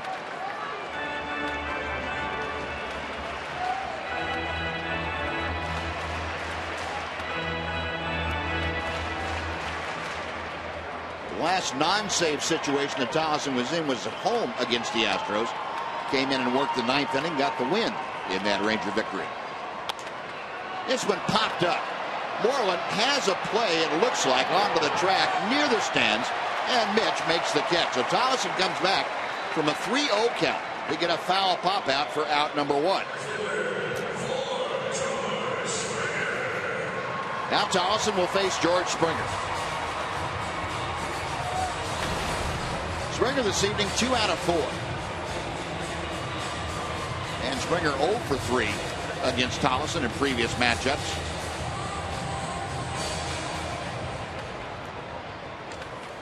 Maristic, after that foul pop, now 1 for 4 against Tollison.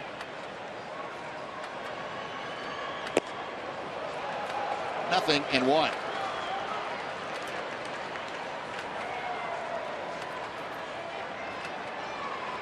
Springer had an infield single in the 3rd, single to right in the 4th.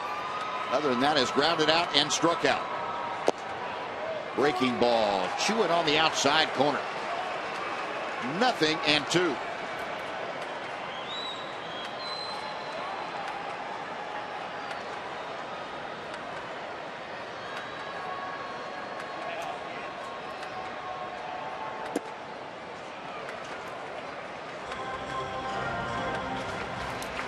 Rangers and Astros, 2 more games, and the Rangers entering play tonight, a 3.5 game advantage over the Astros. And with a win tonight, could make it 4.5.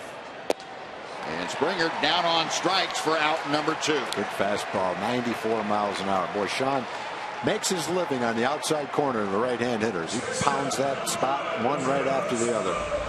Mix in a changeup every now and then, mix in a breaking ball, but basically that's what you're going to see when you hit against him. 92 to 94. They're going to be on the outside corner, and the umpire has a little bit of a liberal zone. It might be 2 or 3 inches outside, but that's what you're going to have to hit. And the only time we've seen Sean have any kind of problem is when that ball is not called a strike, when it's right on the corner, and or guys taking him the other way get used to it. There's a base hit by Correa to left field, so he keeps the game alive for the Astros. Correa now 1 for 5 with that single. The first 2 times up, Correa struck out with men in scoring position early in the game in the first and the third inning. Giovanni Gallardo made some good pitches in key spots early in the game to get Correa. Time he went up, and he got a fastball that Sean didn't get to the outside corner. A 1-on-2 out. Jed Lowry 0 for 3 with a walk tonight.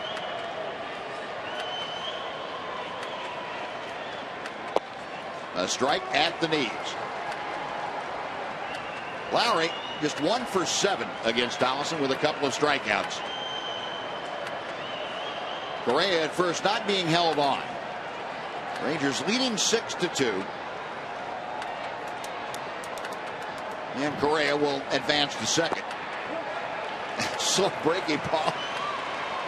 Lowry said, yeah, maybe I'll swing. No, maybe I better not. Well, yeah, I'm too late. He just didn't expect that pitch. No. 0-2 the count.